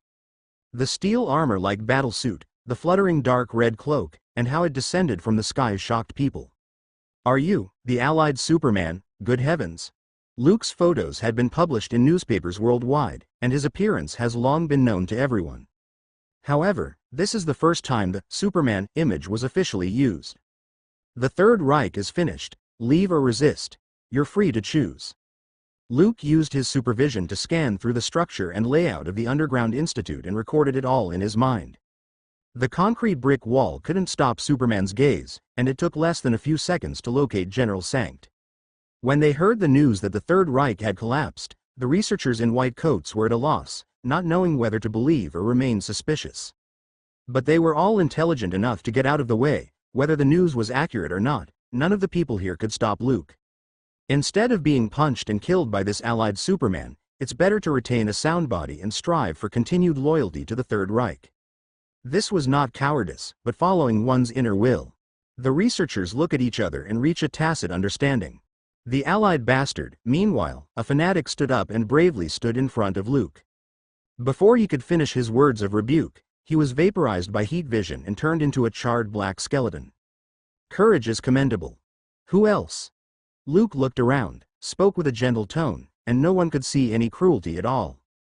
But just moments ago, everyone witnessed him take the life of a fellow human being. After a few moments, the room was silent, and no one answered. Luke walked forward with a straight face. He didn't have a no-kill policy, and held no compassion for the enemy. During those years of painting the house in Brooklyn, Uncle Frank had said countless times of what would happen if he kept ridiculous compassion on the battlefield. Therefore, even if Sieglind was a woman, Luke didn't hold back. She wasn't a sinless person without blood on her hands. There was no need to waste too much emotion. Boom! Luke kicked open the door of the war room. General Sankt, who took the lead in the rebellion and became the new leader of the Third Reich less than a month ago, sat in a chair. In front of him are many maps of war zones, and many places were marked with red pens. It was clear that the general was determined to save the empire from its downfall. Unfortunately, in the end, it failed. I thought the empire could hold on for a while, at least until the next batch of Aryan supermen was made. General Sankt looked calm and wasn't surprised at all by Luke's sudden visit. Baron Strucker assured me that as long as I was willing to join Hydra, they would provide for my departure. You just came too soon, Brigadier General. Luke smiled and asked, will you really run away, General Sankt? Leave the Third Reich, hide where no one can find you, and wait for the day when you make a comeback. When he entered the door, he had already swept the war room with supervision to ensure there was no problem. After all, in so many film and television works, the desperate villain always makes a crazy move in the end. In the second drawer on your right, there's a Luger P-08 pistol and 4 bullets. Luke said quietly, General Sankt, it seems that you plan on being buried with the Third Reich, which has already lost its power. The new leader, who had forcibly renewed Berlin's lifespan, nodded and said thoughtfully, how can a qualified captain abandon his ship, even if she's going to sink? I respect your passion for your country, but you should know that the Allies would prefer to have you tried in a military court, preferably in front of the whole world, and executed in public as a butcher, executioner, and conspirator. Luke said indifferently. The Führer left early, leaving General Sankt as the target of the crowd's anger and hatred. I can give you a copy of the original Brood plan, which hasn't been completely deciphered yet. General Sankt was at a loss. After learning from Baron Strucker that the battleship class was probably not Luke's opponent, he lost interest in the perfect Aryan. Aryan supermen, who couldn't even defeat a super soldier, they can't be called perfect. Let me end my life decently, Brigadier General. Luke thought for a moment and accepted the deal with pleasure. It didn't make any sense to catch General Sankt and give him to the Allies anyway. Trial by a military court is just a process. Allied leaders were looking forward to sharing the cake and distributing benefits. As for the post-war liquidation, it was just an after-dinner dessert to show the victor's power. In the original historical timeline, after the Führer committed suicide, he asked his men to burn his body into a mass of charcoal. Many people once doubted whether this was a trick to get away by faking his death, but they didn't track anyone down after looking for his whereabouts. A few minutes later, the sound of a gunshot came from the war room. Immediately afterward, Luke came out, broke the roof without saying a word, and bolted into the sky. He was looking down on the devastated Berlin. He seemed to have seen the collapse of an empire, the end of a war and the end of an era. So, who will be the master of the new era? The corners of Luke's mouth rose as he stood quietly above the clouds. With the death of 3 battleship classes in Paris, General Sankt shot himself at the Underground Research Institute, and the crumbling Third Reich finally collapsed. The World War that lasted for many years came to an end. When the news of the victory was sent back to London and then sent to the White House by radio, the top leaders of the Allies were excited. Many members immediately held a press conference, which was widely publicized to win public opinion. Those looking forward to the arrival of peace and the smoke dispersed have also taken to the streets and revealed all night. It was said that New York was brightly lit that night, just like a sea of light. But a few days later, more attention was drawn to Luke, who once again made headlines in the newspapers. A black and white photo on the front page of the New York Times. It shocked half the world. It generated a frenzy of debate. The photo shows a young brigadier general in metallic armor standing high in the sky with his cloak fluttering like a flag. Because the angle and light were well grasped, Luke, whose face was blurred, gave off a strong overall presence. Just like those heroes who came out of mythical epics, bathing in golden light, imposing. A flying Superman. I heard that the brigadier general flew to Berlin and ended the war. I also know that Commodore Cavill fought for 3 days and 3 nights in Paris alone, against hundreds of Aryan demons summoned by the Führer, and finally used up half of his life before he sealed them and sent them back to hell. Haha, you know nothing. The latest news is that the mustached Führer in Berlin sacrificed millions of lives and turned himself into the king of hell. If General Cavill didn't show up, the whole world would have been destroyed. Yeah. Long live the Allies, Brigadier Cavill is a war hero. Before long, similar rumors spread throughout the United States. There was even a tendency for exaggeration and spreading even more. Everyone in pubs, restaurants, streets and alleys talked about it as if they had seen it with their own eyes. The most outrageous thing is that Luke's heart touched an Aryan female demon named Sieglinde in details of emotional entanglement. After this version, the tragic story of a German country girl was cruelly transformed into a devil by the Führer, but fortunately, she was helped by the Allied Superman to restore her conscience, came out. Even the people in London weren't idle. Many third-rate writers started to use the plot of Merlin, King Arthur, and the Knights of the Round Table on Luke, making up all kinds of strange experiences.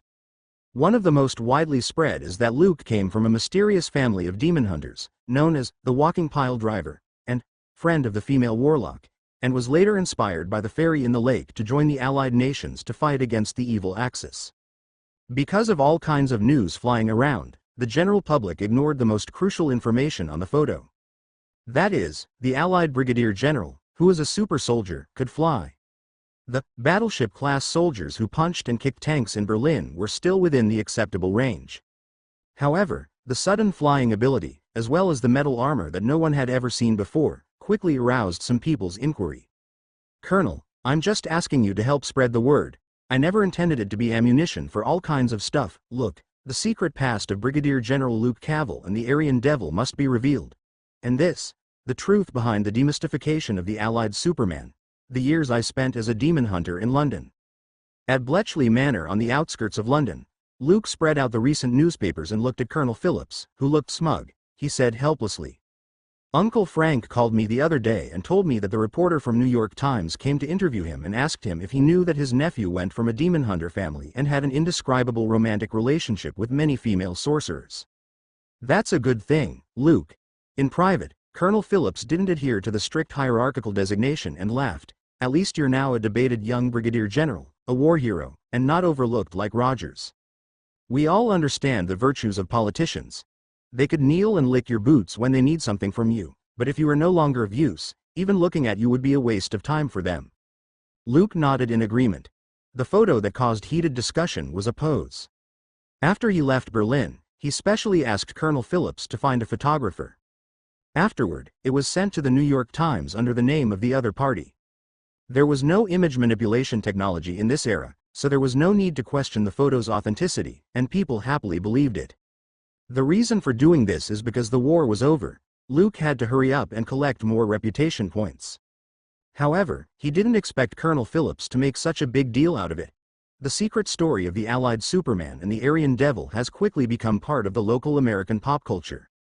A few days ago, Paramount Pictures asked Luke if he was interested in bringing this experience to the screen, and it would be better if he were willing to act in it. Although the actor is undecided, the script isn't available, and the funds aren't enough. But, as long as the Allied Brigadier General nodded his head, everything else was easy. Paramount patted their chest and promised to invite such big stars as James Stewart, Clark Gable, and Katharine Hepburn. Luke didn't mean to blame Colonel Phillips. Raising awareness is one of the purposes. Even if the topic got more and more distorted, it's okay. According to Hollywood's business practices, these true stories about himself will probably be adapted and brought to the screen many times. Maybe he could get an Oscar, make a name for himself. The story was indeed a good one. Luke, you should have a broader vision. After the casual conversation, Colonel Phillips put on a smile and whispered, "It's just a temporary need to stay low and wait for the right time to soar." Luke picked his eyebrows. After returning from Berlin, he received awards from the top leaders of the Allies. Leaving the wartime cabinet and returning to the Prime Minister's office, Churchill called him the liberator of the free world. The president, far away in the White House, was even blunter. He said that Luke changed the course of the war and saved the Allies with his own efforts.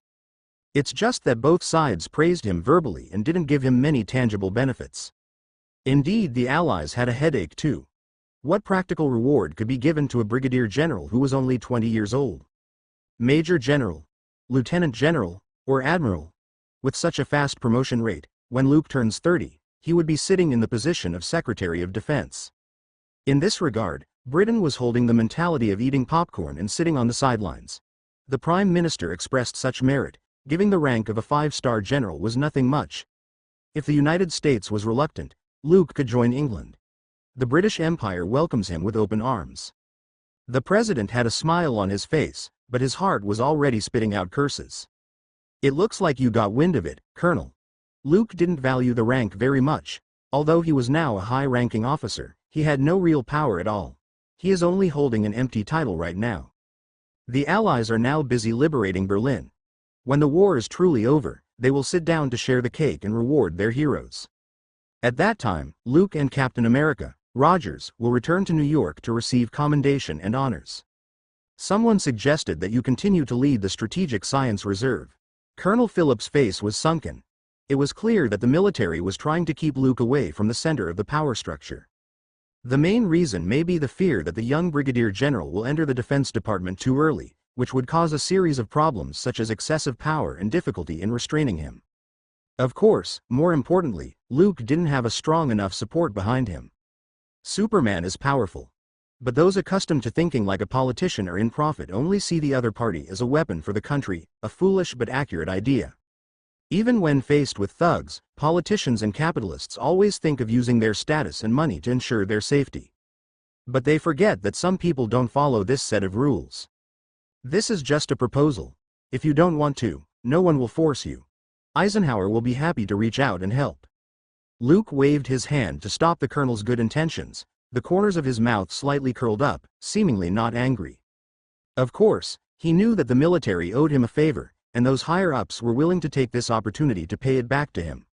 Luke gave Eisenhower such a significant contribution in capturing Rome and assisting the Allied forces in landing in Sicily without blinking. At the same time, the honor was handed over to the president to ease the contradictions at home. If he wanted to enter the Department of Defense and step into the center of the power structure, he would have been able to do so. Unfortunately, I just want to develop quietly. Luke silently thought. From the current perspective, the Strategic Science Reserve is only a tiny and insignificant organization. But when the era of superheroes comes, the giant, S.H.I.E.L.D., will surface as its predecessor. The Strategic Science Reserve is very promising. The first director of S.H.I.E.L.D., Luke's mind flashed to the image of a particular hard-boiled egg and expressed his satisfaction with the decision of the Allied superiors. The aftermath of the end of the war gradually subsided, and during this time, many significant events happened that were enough to go down in history. For example, the Yalta Conference. The 4 countries held a summit meeting at Livadia Palace to discuss the formulation of a new post-war world order and the distribution of interests. In layman's terms, it means dividing the big cake. It was worth mentioning that seeing Berlin create the Aryan supermen to recover its disadvantages, the Asian side of the Axis powers also started a related project. They received a portion of Woden's blood from General Sankt as research material and worked overtime to expand their technology, and finally succeeded in producing 31 tank classes. The freshly baked, newly created Nihon Supermen was torn clean by a group of mysterious people before they could cross the Pacific battlefield and beat the Allied forces. After investigation, the other party claimed to be a member of SPEAR. As a result, the Yalta Conference included one more participating country. Soon after, 2 atomic bombs were dropped on the still restless Japan. The bomb, codenamed the Little Boy, bombed Hiroshima. The second bomb, codenamed the Fat Man, bombed Nagasaki. The mushroom cloud that rose with a colossal boom forever became a nightmare for Japanese people. After their representatives signed the unconditional surrender letter on the deck of the USS Missouri, the worldwide war finally officially came to an end. The smoke has cleared, and peace has come. As a rising star of this era, Luke has witnessed the changing situation and historical innovations. He first appeared among the Yalta 4 as the hero who ended the war and posed for pictures with the heads of state. The atmosphere was delicate and tense at that critical meeting on the reshuffling of dynamics of the world. The Soviet Union's representative looked at Luke with intense vigilance. Who knows if this Superman will suddenly fall from the sky and smash through the Kremlin? The representative made up his mind to vigorously develop the nuclear industry when he returned to cope with possible threats. As for the British Prime Minister, he smiled and greeted Luke with a box of high-grade cigars from his collection. He also said that the US was stingy with the actual reward for the true heroes, which disgusted the tired-looking Roosevelt a lot. Later, after the meeting, the president, who was suffering from cardiovascular disease, explained that he hoped Luke would understand the military's decision. To sum up, it was to write a lot of bad checks in an attempt to dispel each other's dissatisfaction. It's a pity that the president didn't know that he didn't have long to live. Before the end of the war, he should have died of a cerebral hemorrhage, leaving earlier than the Führer, who was ready to shoot himself. Maybe it was the butterfly wings flapping a few times that made the president forcibly continue for a few more months. Brigadier General Cavill, when I get back to Washington, D.C., I will grant you the rank of Major General immediately. The president held on to his spirit and soothed Luke's emotions. From the White House down to the military, including Colonel Phillips. No one believed that the young brigadier general didn't care about being excluded and was willing to lead the Strategic Science Reserve. If he had set foot in the Department of Defense, he would have become the youngest official general in the history of the United States in the blink of an eye. Luke is also helpless about this. I have shown a sincere attitude, but why don't you believe me? Later, even Rogers came to comfort Luke, telling him not to care too much about status and power. In any case, the greatest hero of the Allies was always Superman. No one could question this. The reputation points have gone up again.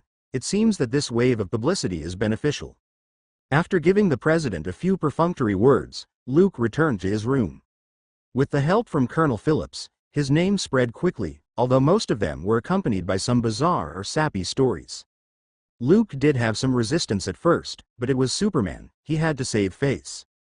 However, after seeing the sharply rising reputation points, he can only say one thing. This is nice.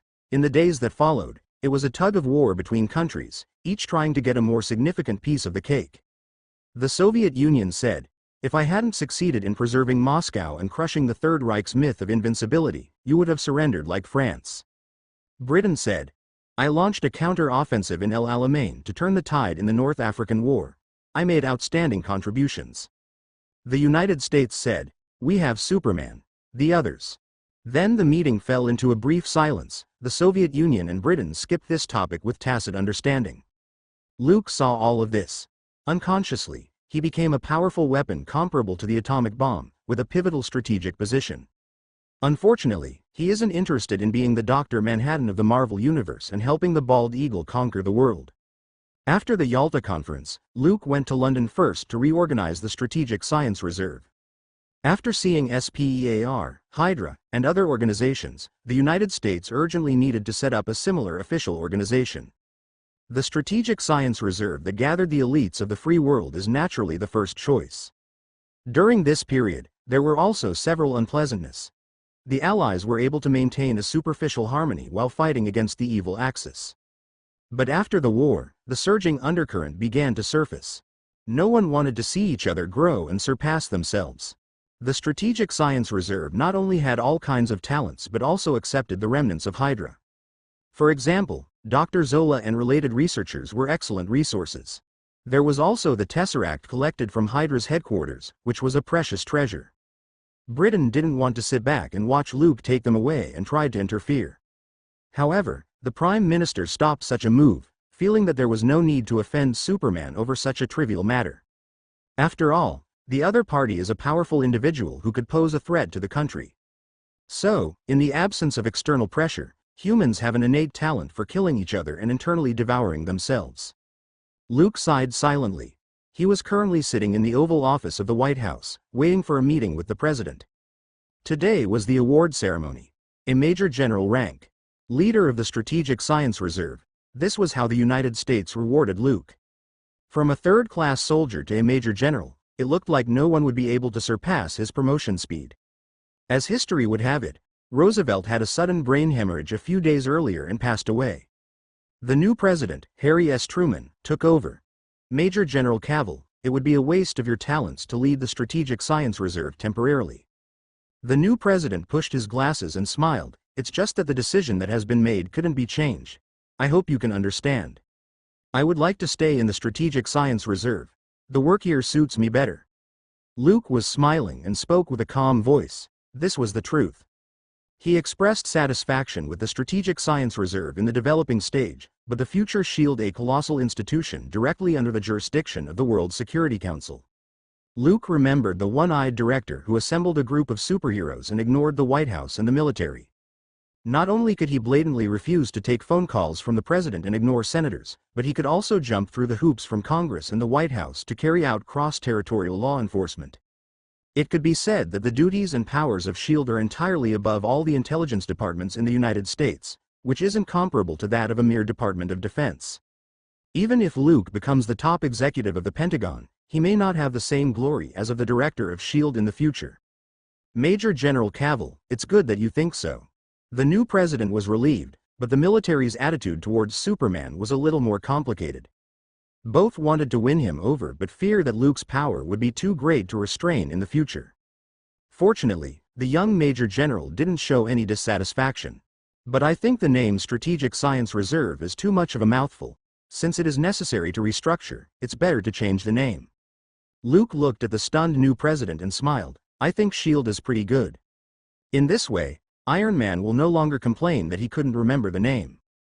After leaving the White House, Luke drove to the Army Club in Northwest, where Rogers waited for him. Since his return to New York from London, he has been busy with various public appearances and military awards ceremonies, leaving little time for himself. Luke didn't get rid of his busy schedule until Roosevelt died and came to Washington to attend the funeral and complete the medal ceremony. I wonder if Steve will be able to adjust to his new life? The black car stopped at the entrance of the club. An officer drove Luke. After being promoted to Major General, the military provided him with an exceptional secretary, driver, and bodyguard. The last one was unnecessary. If there was a problem, who would be protecting who? If you could be Superman's bodyguard, you should at least be the Sorcerer Supreme or Odin. But then again, I need to find myself some people who can handle things. Luke had a few suitable candidates, just not decided at the moment. In his opinion, there's no future in fighting alone. If the Chidori army descends on the Earth in the future, I would have to swing my fist around myself. The only enemies worth handling personally are the ones like Thanos, Apocalypse, and Dormammu. The recruitment campaign of SHIELD is about to begin. I wonder how many people can be recruited. Luke's mind wandered as he walked up the steps. As soon as he stepped into the hall of the Army Club, a small wave of surprise sounded. Luke, dressed in a crisp military uniform and had his hair combed meticulously, instantly became the center of attention. He couldn't help it. He was now a celebrity, and the recruitment posters had changed from Uncle Sam to Superman with the red cloak. The aura of a legendary hero was more than enough to attract people's attention.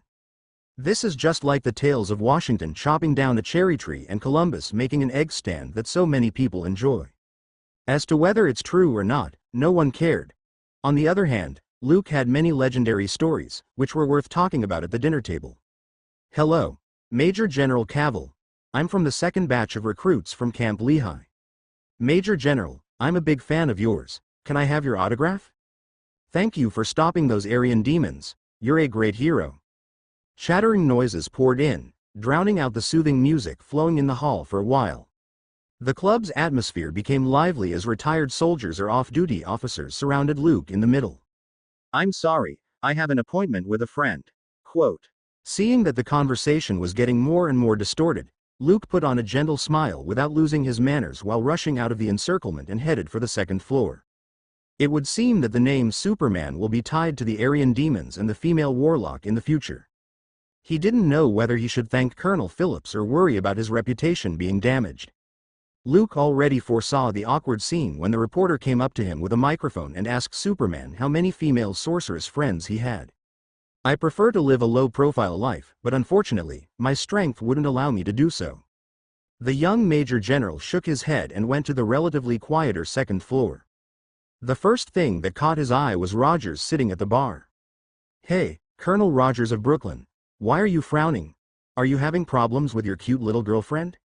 Luke tapped his colleague on the shoulder and teased, or are you just mourning the memory of the late president? Neither. Rogers, who was already a colonel, was a bit depressed. He took a sip of whiskey and said, the war is over, which should be a happy thing, but I feel like I've lost my purpose. As the well-known Captain America, Rogers' fame isn't far behind Luke's. In the eyes of many children who loved reading comics, the Stars and Stripes uniform is more iconic than Superman's red cloak. You look a little depressed. Luke snapped his fingers and asked for a cup of fruit gin. Because of him, the trajectory of Roger's life changed. He didn't fall into the glacier, let alone sleep for 70 years. Captain America has since embraced a new life, though it's not clear whether it's good or bad. He made it back to Brooklyn, topped off with the honor of being Captain America, was honored by the president, and fell in love with a blonde girl who looked like a little rose. Except for the temporary whereabouts of the best friend, all of it seemed to be so beautiful. I found myself with nowhere to go, Luke.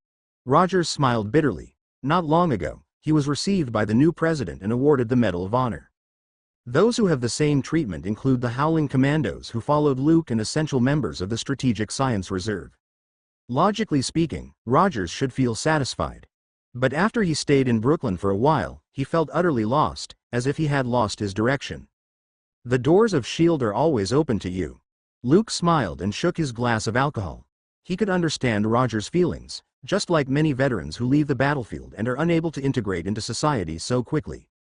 Soldiers accustomed to guns and smoke often find it challenging to adapt to the laughter around them. S.H.I.E.L.D.? Rogers was a little surprised. He hadn't heard of this organization. It's the Strategic Science Reserve. Luke explained. At the end of the war, the Strategic Science Reserve, which was initially used to fight Hydra, faced restructuring. I just changed the name. Doesn't S.H.I.E.L.D. sound better? In that case, you have something to do again. Unlike me, who hasn't found a goal yet.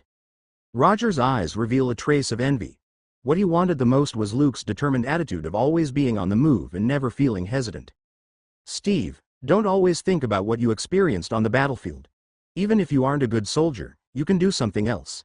What's more, this country still needs you.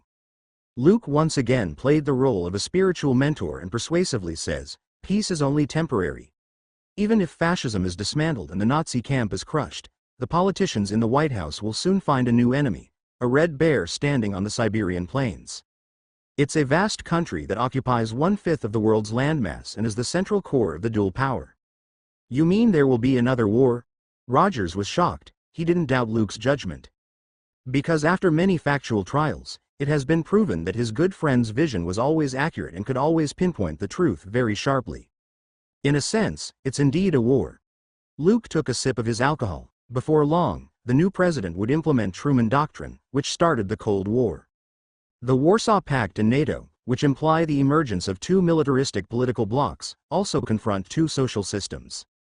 So, consider this. Sooner or later, Captain America will have to pick up his shield and get back out on the battlefield. S.H.I.E.L.D. would be a good place to stay. Like a broker selling stocks on Wall Street, Luke said that to Rogers, who had planned to retire and return to ordinary life. He was somewhat shaken. Let me think about it. Thank you, Luke. Rogers sincerely thanked him. It's not just you, Steve. The country is in mourning for President Roosevelt. At the same time, reveling in the victory of the war. Everyone is confused, and no one knows where to go. Luke drained his glass of gin and patted Rogers on the shoulder. Captain America was actually in an awkward position. In the original storyline, Rogers fell into the glacier and was posthumously recognized as a war hero by the military. Of course, for a dead person who couldn't speak, one could praise him infinitely, no matter how high. But now it's different. Rogers is still alive. So, in addition to the heroic name, the military has no intention of giving any tangible rewards. Luke understood this point a long time ago. The so-called hero was nothing more than the mascot of the military. When the country needed you, naturally, they would highly regard you and vigorously publicize your heroic stories and positive image. But once the war was over, you would lose your usefulness and become dispensable at any moment. This was the case with Rogers. With the war won and preparations to sit down and share the cake, the United States no longer needed Captain America to sell bonds. So, he was abandoned. The army did not care about him, and the White House had nothing to offer but honor. Luke, who knew the future trajectory, started preparing a long time ago. By capturing the Italian city of Rome, he got an incredible and unforgettable result. He then defeated Hydra, initially laid his foundation, and gradually gained a personal voice. Today, he is no longer a hero with only a name but a general with absolute power. I hope you can give me an answer when we meet next time, Steve. Luke raised his hand to look at the time, placed the tip under the cup, and helped Rogers pay the bill. He had to go and meet his next guest, back to the Pentagon. Walking out of the Army Club, Luke got into the black limousine parked at the door. He thought of the words he had just used to fool Rogers, and the corners of his mouth couldn't help but smile. How can S.H.I.E.L.D. not have the Captain America? Beat Nick Fury to the punch and build the Avengers team. Then cheer them on. That would be very interesting. In the future, if the two armies were to face each other, the Chitauri fleet would form a single line.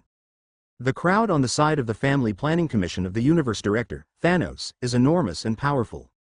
If he went on his own, he would be very lonely, wouldn't it look bad? Therefore, it was imperative to recruit people.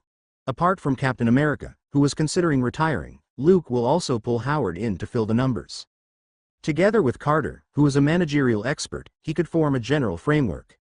Otherwise, it would be too bleak if S.H.I.E.L.D. only had 2 or 3 big cats and tiny kittens. General, we're here. Luke, who sketched the blueprint for the future, opened his eyes when he heard the driver remind him aloud. Through the lowered window, he saw a massive building complex. The black car drove straight in, through several layers of gate guards outside, and went inside. The Pentagon was established because the Department of War was caught up in the conflict after World War II, and the workforce expanded rapidly, requiring centralized office space. At that time, the War Department was scattered everywhere, such as the National Mall, Maryland, and Virginia. When there were traffic jams or when the railroad was out of service, there weren't enough people to hold a meeting. After heated discussions at the hearings, the Secretary of War, Henry Stimson, came close to saying, "If you don't grant it, I'll wait outside," before Congress reluctantly granted a reasonable request for a parcel of land near the Potomac River. Otherwise, the members of the Budget Committee might not necessarily nod their heads. For them, it didn't matter if they were pointed at and cursed, but don't blame them for turning the other cheek when talking about money. Luke thought about the fact that S.H.I.E.L.D. hadn't applied for funding yet and couldn't help but feel a bit of a headache coming on. He didn't want to learn from the Secretary of War's rogue attitude of shamelessly asking for money, which is embarrassing to say out loud. It looks like I still have to seize the opportunity to make money. Luke stepped out of the car with an unusually young, unfamiliar face and a shoulder patch with 2 silver stars on his uniform, immediately drawing a lot of attention. This pentagonal building was officially authorized and funded by Congress in 1941. It was completed and opened only the year before last, with a total investment of $83 million United States dollars. Most of the staff who had access to the interior were middle and senior officers of the War Department and the Defense Department. Some of them recognized Luke's identity, tried to resist the urge to ask for his autograph, and turned to whisper. This shows that even the Pentagon's military officers had little resistance to the aura of a celebrity. Luke didn't look away, maintaining his aura of being a senior officer all the way forward. The first floor of the Pentagon was home to banks, post offices, bookstores, clinics, telegraph offices, and various shops. The second floor was known as the Gold Room, due to the gold carpeting on the office floor, and was dedicated to various joint meetings. And Luke's office was located on the 3rd floor. It was the office of the Secretary of Defense and the War Department. There was a Hall of Heroes in the corner of the corridor to commemorate the highest Medal of Honor recipients since the Revolutionary War. There are more than 3,000 bronze plaques engraved with their names, origins, and biographies. All of them were outstanding soldiers who made heroic sacrifices in the war. Luke's photo, along with Marshall, Eisenhower, and MacArthur, was hung in the memorial hallway for public display. "General, you are here." Seeing Luke come in, the female secretary sitting outside the office quickly got up. "Your appointment has arrived." Seeing a beautiful secretary with blonde hair and curvy lines, Luke couldn't help but feel the corruption of capitalism. In other words, he had a strong will. It wasn't easy for women. Otherwise, if it was someone else, who could stand it? Uniform seduction, coupled with 2 heavy ammunitions. It was difficult not to learn from Clinton, caught with his pants down. Luke smiled and nodded as he pushed open the door to the side meeting room. Inside sat a small, dwarf-like middle-aged man. The other side stayed peacefully in the chair, with a somewhat apprehensive look on his face. "Hello, General. I am Bolivar Trask." As Luke pushed in the door, Bolivar jumped off his chair and greeted respectfully with his head held high. It took a lot of effort to turn up his neck with his height to see the young Major General's appearance. "I have kept you waiting, Mr. Trask. Please have a seat." Luke, who settled into a chair, said with a gentle face. He looked at Bolivar without blinking. Although he was short in stature and unremarkable in appearance, he was a giant in knowledge. Not only is he well known in genetics, but he has published many far-sighted papers, especially for the solution to the mystery of human DNA, and even put forward some incredible views. Even in the Marvel Comics world, where talented scientists aren't worth much, he was considered a #1 character. For Luke, however, what interested him in Bolivar was the study of mutants. This dwarf-like scientist is the future father of the Sentinels. In a particular timeline, he almost annihilated mutants, and by the way, destroyed the root of all human evils. General Cavill, I don't know what I can do for you. Bolivar asked stiffly. At this time, he hadn't founded Trask Industry and was not an internationally acclaimed weapons expert. So, when faced with the military's famous war hero, it was inevitable that he felt nervous and had little confidence in his words. Mr. Trask, I have read some of your papers. To be honest, it's fascinating. Luke crossed his fingers and put his elbow on the table. He faintly said, do you think there's some magic code in human genes that opens the door to evolution? They even claimed that there might be a new race in this world that's more powerful than human beings. General, let me explain. I am not a racist, and I'm not a Nazi. Bolivar turned pale with fear and explained nervously, I disagree with the Aryan master race theory of that Führer. Please don't get me wrong. I also donated money for my country during the war. Luke was stunned on the spot. He hadn't even gotten to the point yet. How did he scare the future father of the Sentinels into such a state? Then, on second thought, he understood the reason. These days, cutting-edge theories about the human race and genetic research can easily be associated with the extreme racism of the Third Reich. Presumably, Bolivar had suffered such a significant loss before and has fallen victim to the aftermath of the fallout. Don't be afraid, Mr. Trask. I just wanted to talk to you about mutants. Luke waved his hand, gesturing to his opponent to relax and not be so nervous. I agree with your papers and opinions, which is why I invited you here. It was Bolivar's turn to be shocked. He couldn't believe that the powerful young Major General would be interested in his research theory. Major General Cavill, you know about mutants too? The dwarf scientist asked cautiously. Of course, I not only know but also saw them with my own eyes. Luke smiled faintly. The Hellfire Club was noted in his small book, and he will get even sooner or later. Had seen a mutant? Bolivar suddenly got excited and changed his previous reserved attitude. He eagerly said, General, mutants are hazardous species.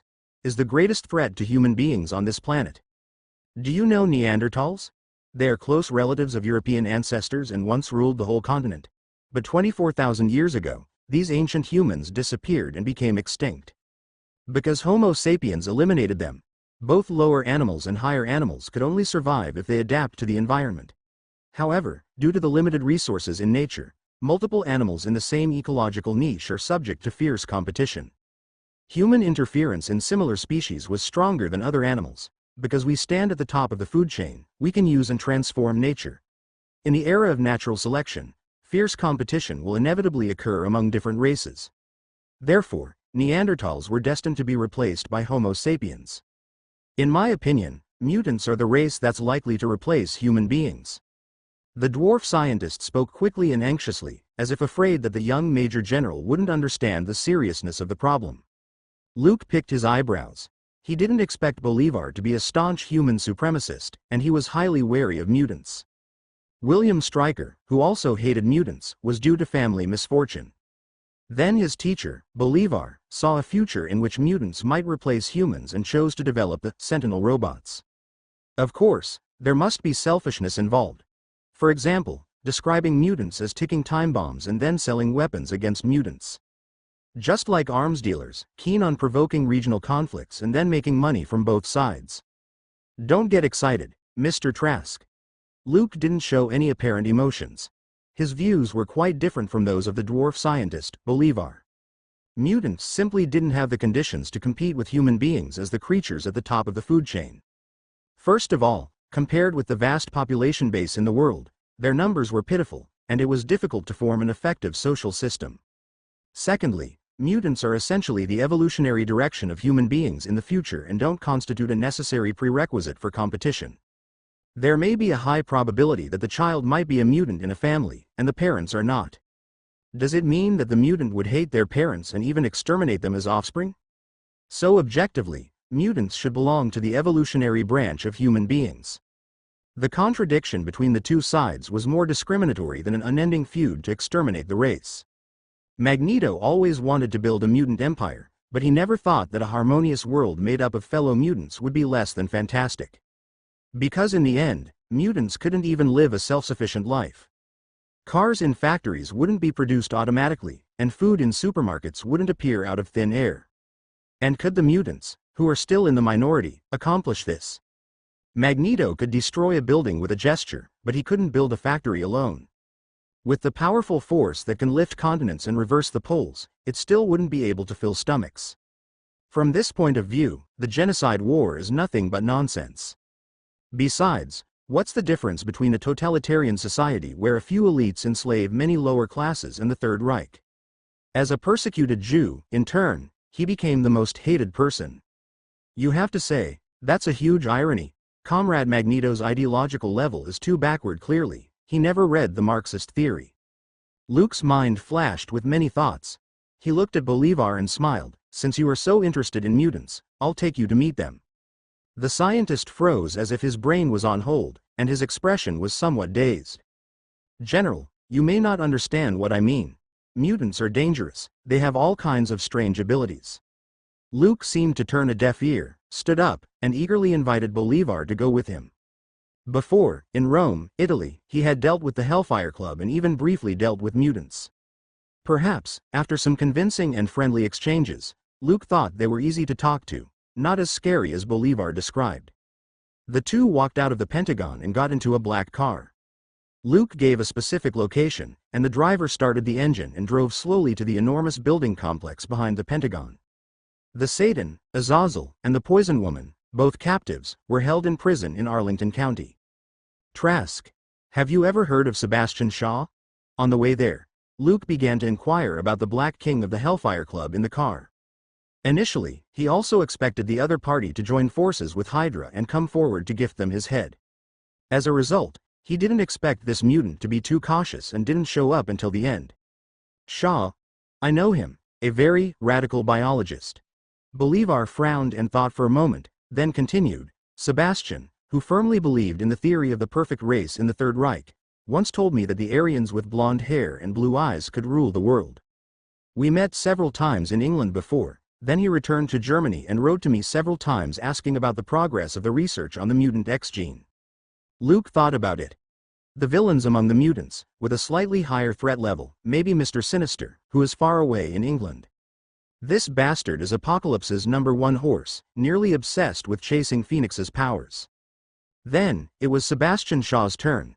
This guy was more about using mutants as tools to pursue the tedious and conventional grand task of ruling the world. Like a salesman, he packaged the Third Reich's extreme racial theories and sold them to many simple-minded mutants. Sebastian Shaw is a mutant, Luke said straightforwardly. He joined an organization called the Hellfire Club and is gathering his compatriots to prepare for a grand entrance. Bolivar showed a thoughtful look. He seemed to guess Luke's purpose for meeting him. What can I do for the country, General? If it's against mutants, I'm sure I can be of use. The scientist sat straight up. As a scientist who could set up a large enterprise, he wasn't stupid. On the contrary, he could sense people's motives. Luke's lips showed a smile. This was precisely the answer he wanted to hear. The Hellfire Club was a problem that must be solved. As the veterans had already said, treat the enemy as ruthlessly as a harsh winter. Instead of waiting for Sebastian Shaw to build up his strength and find him, he might as well strike hard and take the initiative to eliminate them all. Very well, Mr. Trask, S.H.I.E.L.D. needs your kind of talent. Luke smiled and quietly pulled Bolivar into S.H.I.E.L.D. The future father of the Sentinels is still qualified to be a supervisor in the scientific research department. S.H.I.E.L.D.? Bolivar's eyes twinkled. Although he had never heard of this institution, he didn't show any resistance.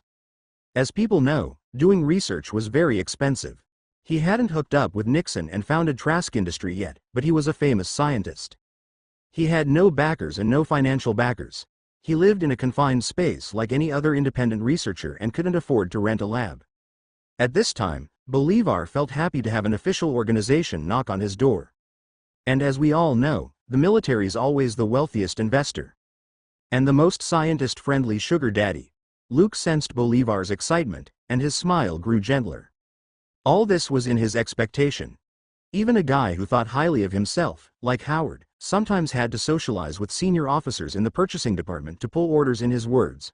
Bunch of guys with less brain capacity than primitive mammals. What's more, Bolivar was a down-and-out scientist. Shield human resources +1, scientific research strength +1. Creak. The heavy iron gate was pushed away, an array of light streamed in. Rhythmic footsteps echoed in the dark tunnel, like a precise pointer, and finally stopped at the door of the 12th cell. Azazel, it's been a long while. Azazel curled up in the corner. His hands were shackled with metal, and the two legs which had been trampled down were simply bandaged to the extent that they recovered without deterioration. He heard the clatter of keys and saw the tall figure standing outside after the cell door opened. There was an uncontrollable look of fear in his eyes. I didn't run away. Azazel shrank into the corner, and the handcuffs on his hands made a crisp sound. The original arrogance of being a mutant had disappeared without a trace. He and Poison Woman were previously held in the Strategic Science Reserve interrogation room before being transferred here. To prevent the demon, who could move in an instant, from running away, Luke specially told them that they didn't need to find a doctor to treat his legs so that he couldn't walk. Every time he was moved to a new place, he had to be blindfolded, and the layout and route wouldn't be leaked. The ability to move instantly sounds very inexplicable. The user can enter and exit any place it will. But the size and range of movement and the determination of space orientation are fatal shortcomings that are difficult to remedy. As early as in Venice, Luke worked out the approximate range of the Red Devil's rapid movement. For a single space jump, the other party can move at a maximum speed of 10 miles. Therefore, Luke can only complete this mutant-holding project by making the other party lose spatial and directional judgment, coupled with restrictions on mobility and other means. But surprisingly, Satan, with his highly long lifespan, didn't try to escape. Thank you, Azazel. I won't do anything to you, don't be so nervous.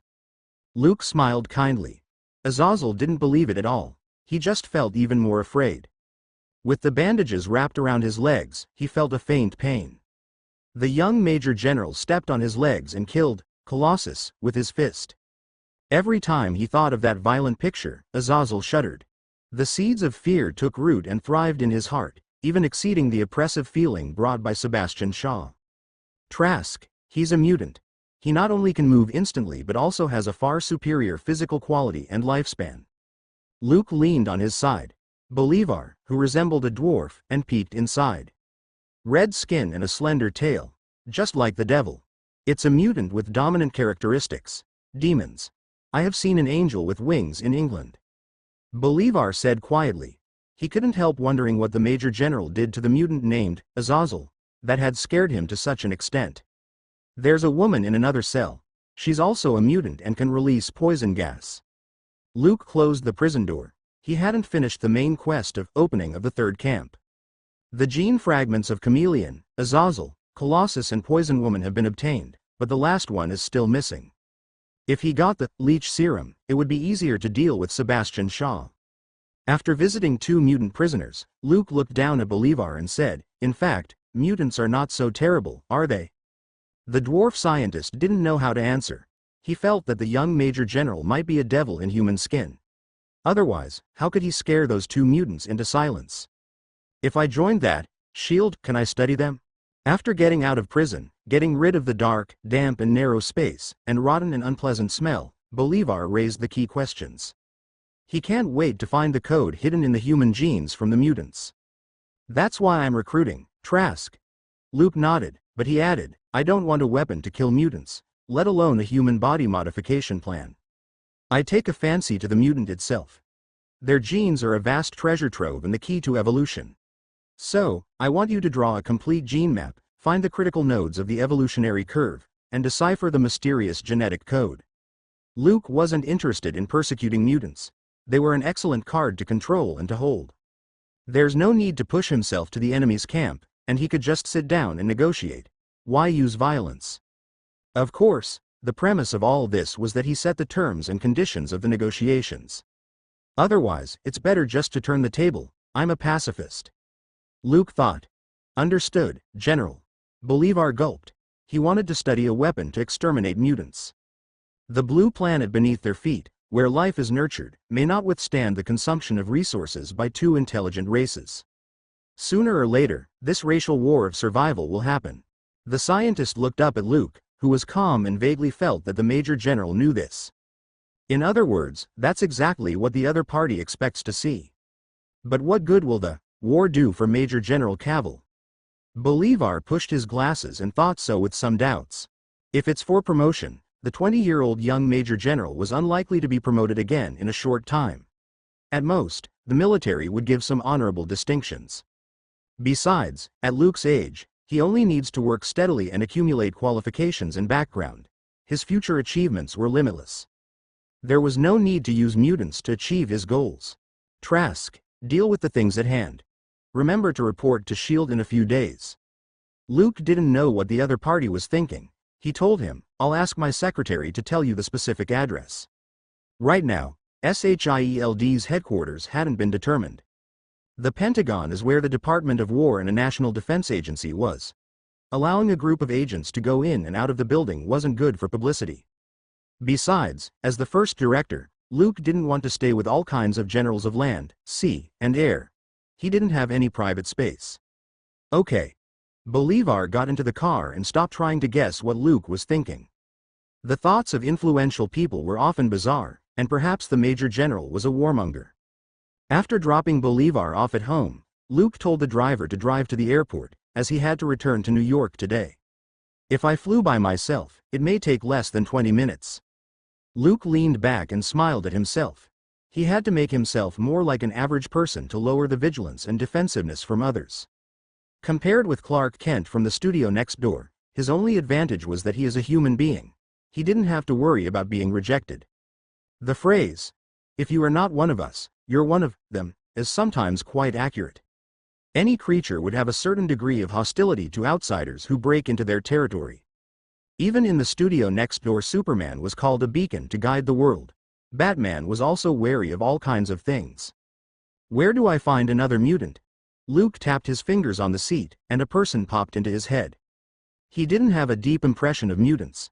Except for the two leaders who were still children, Magneto and Professor Charles, the only clear thing was that there's only that guy. Connor, look up James Howlett for me. He also had a brother, both of whom participated in the Normandy landings. Luke ordered him to go down and find a soldier who had served in the military. It wasn't difficult for him. Luke returned to New York before nightfall. He still lived in the Tower Suite in Waldorf, Astoria, and hadn't changed locations. The next step is asset placement. Luke had already sketched out the rough shape of the business investment plan in his mind and talked to Howard about cooperation for a while. He believed the other party would be interested. Iron Man's father could be said to be prosperous recently. As a participant in the Manhattan Project, he entered the White House with Oppenheimer and was honored by the president. Stark Industries, which the Stark owned, had seen its stock prices soar. Of course, Howard wasn't responsible for this. The current U.S. stock market is different from the era when Warren Buffett fought the ups and downs of the Great Depression and told himself that he had too little knowledge. After the Great Depression and the war-era slump, the U.S. stock market was like a fountain that had been suppressed for a long time. It was about to usher in a sustained bull market for a long time. When the unstable situation disappeared after the war, those Wall Street stockbrokers closed their eyes and randomly selected 5 stocks out of 10 stocks that will go up.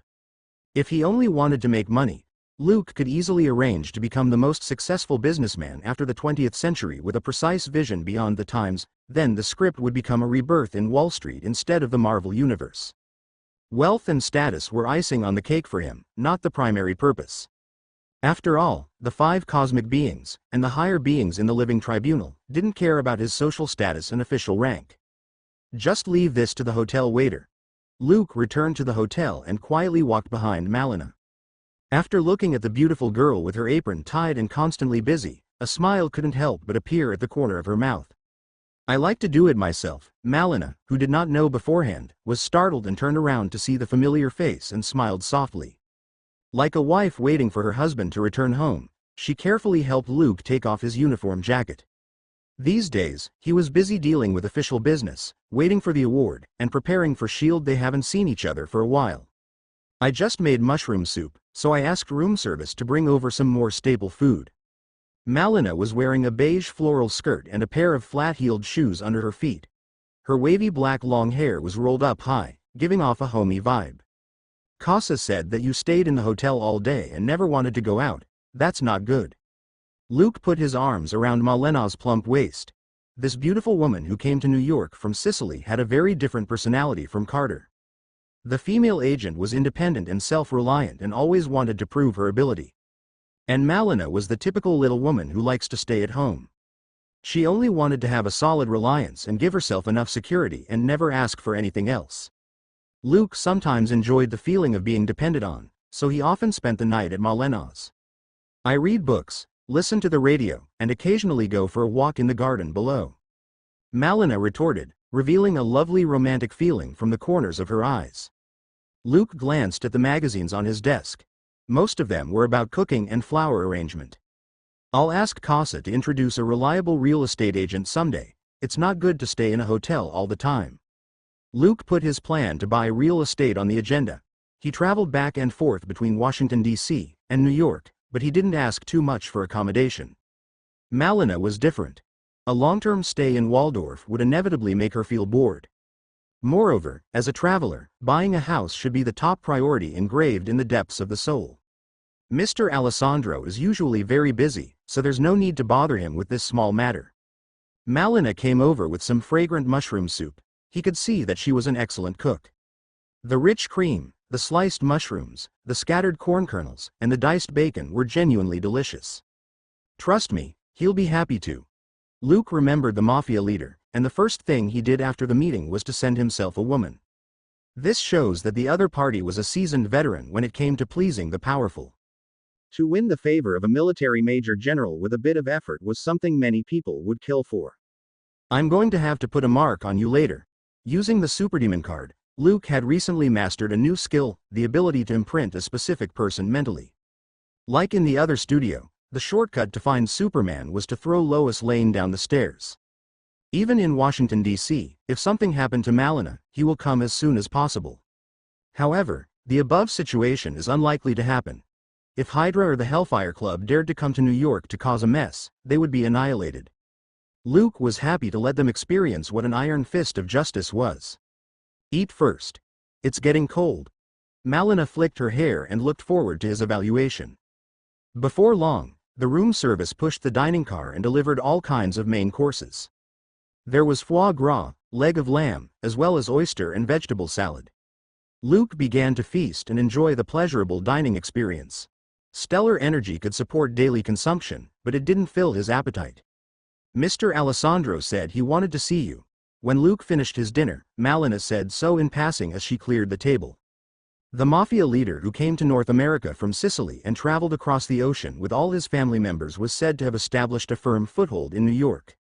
Luke asked Uncle Frank to introduce Alessandro to the Irish mob, and with a major general behind him as an umbrella, the NYPD turned a blind eye to these Italians.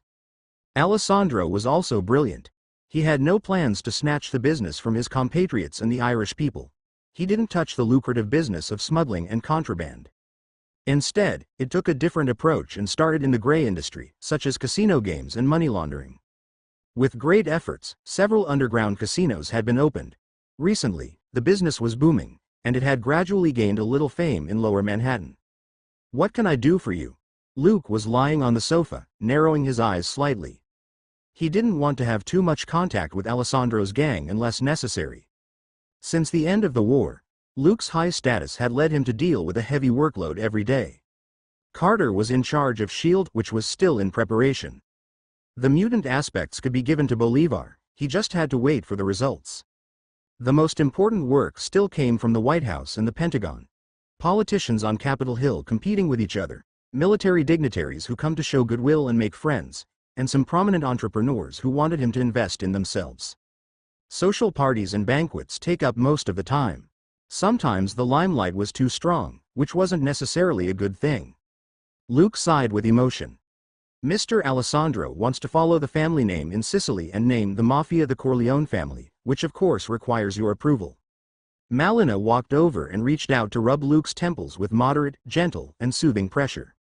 She squatted on the edge of the sofa, plump and charming, stretching into a beautiful curve. There is no need to ask my permission for such a trivial matter. After enjoying the massage for a while, Luke turned his head to Malina and said with a fiery look in his eyes, "I just want to taste the dessert after dinner now." Long nights with no mood to sleep, active physical exercise was the best way to live a healthy life.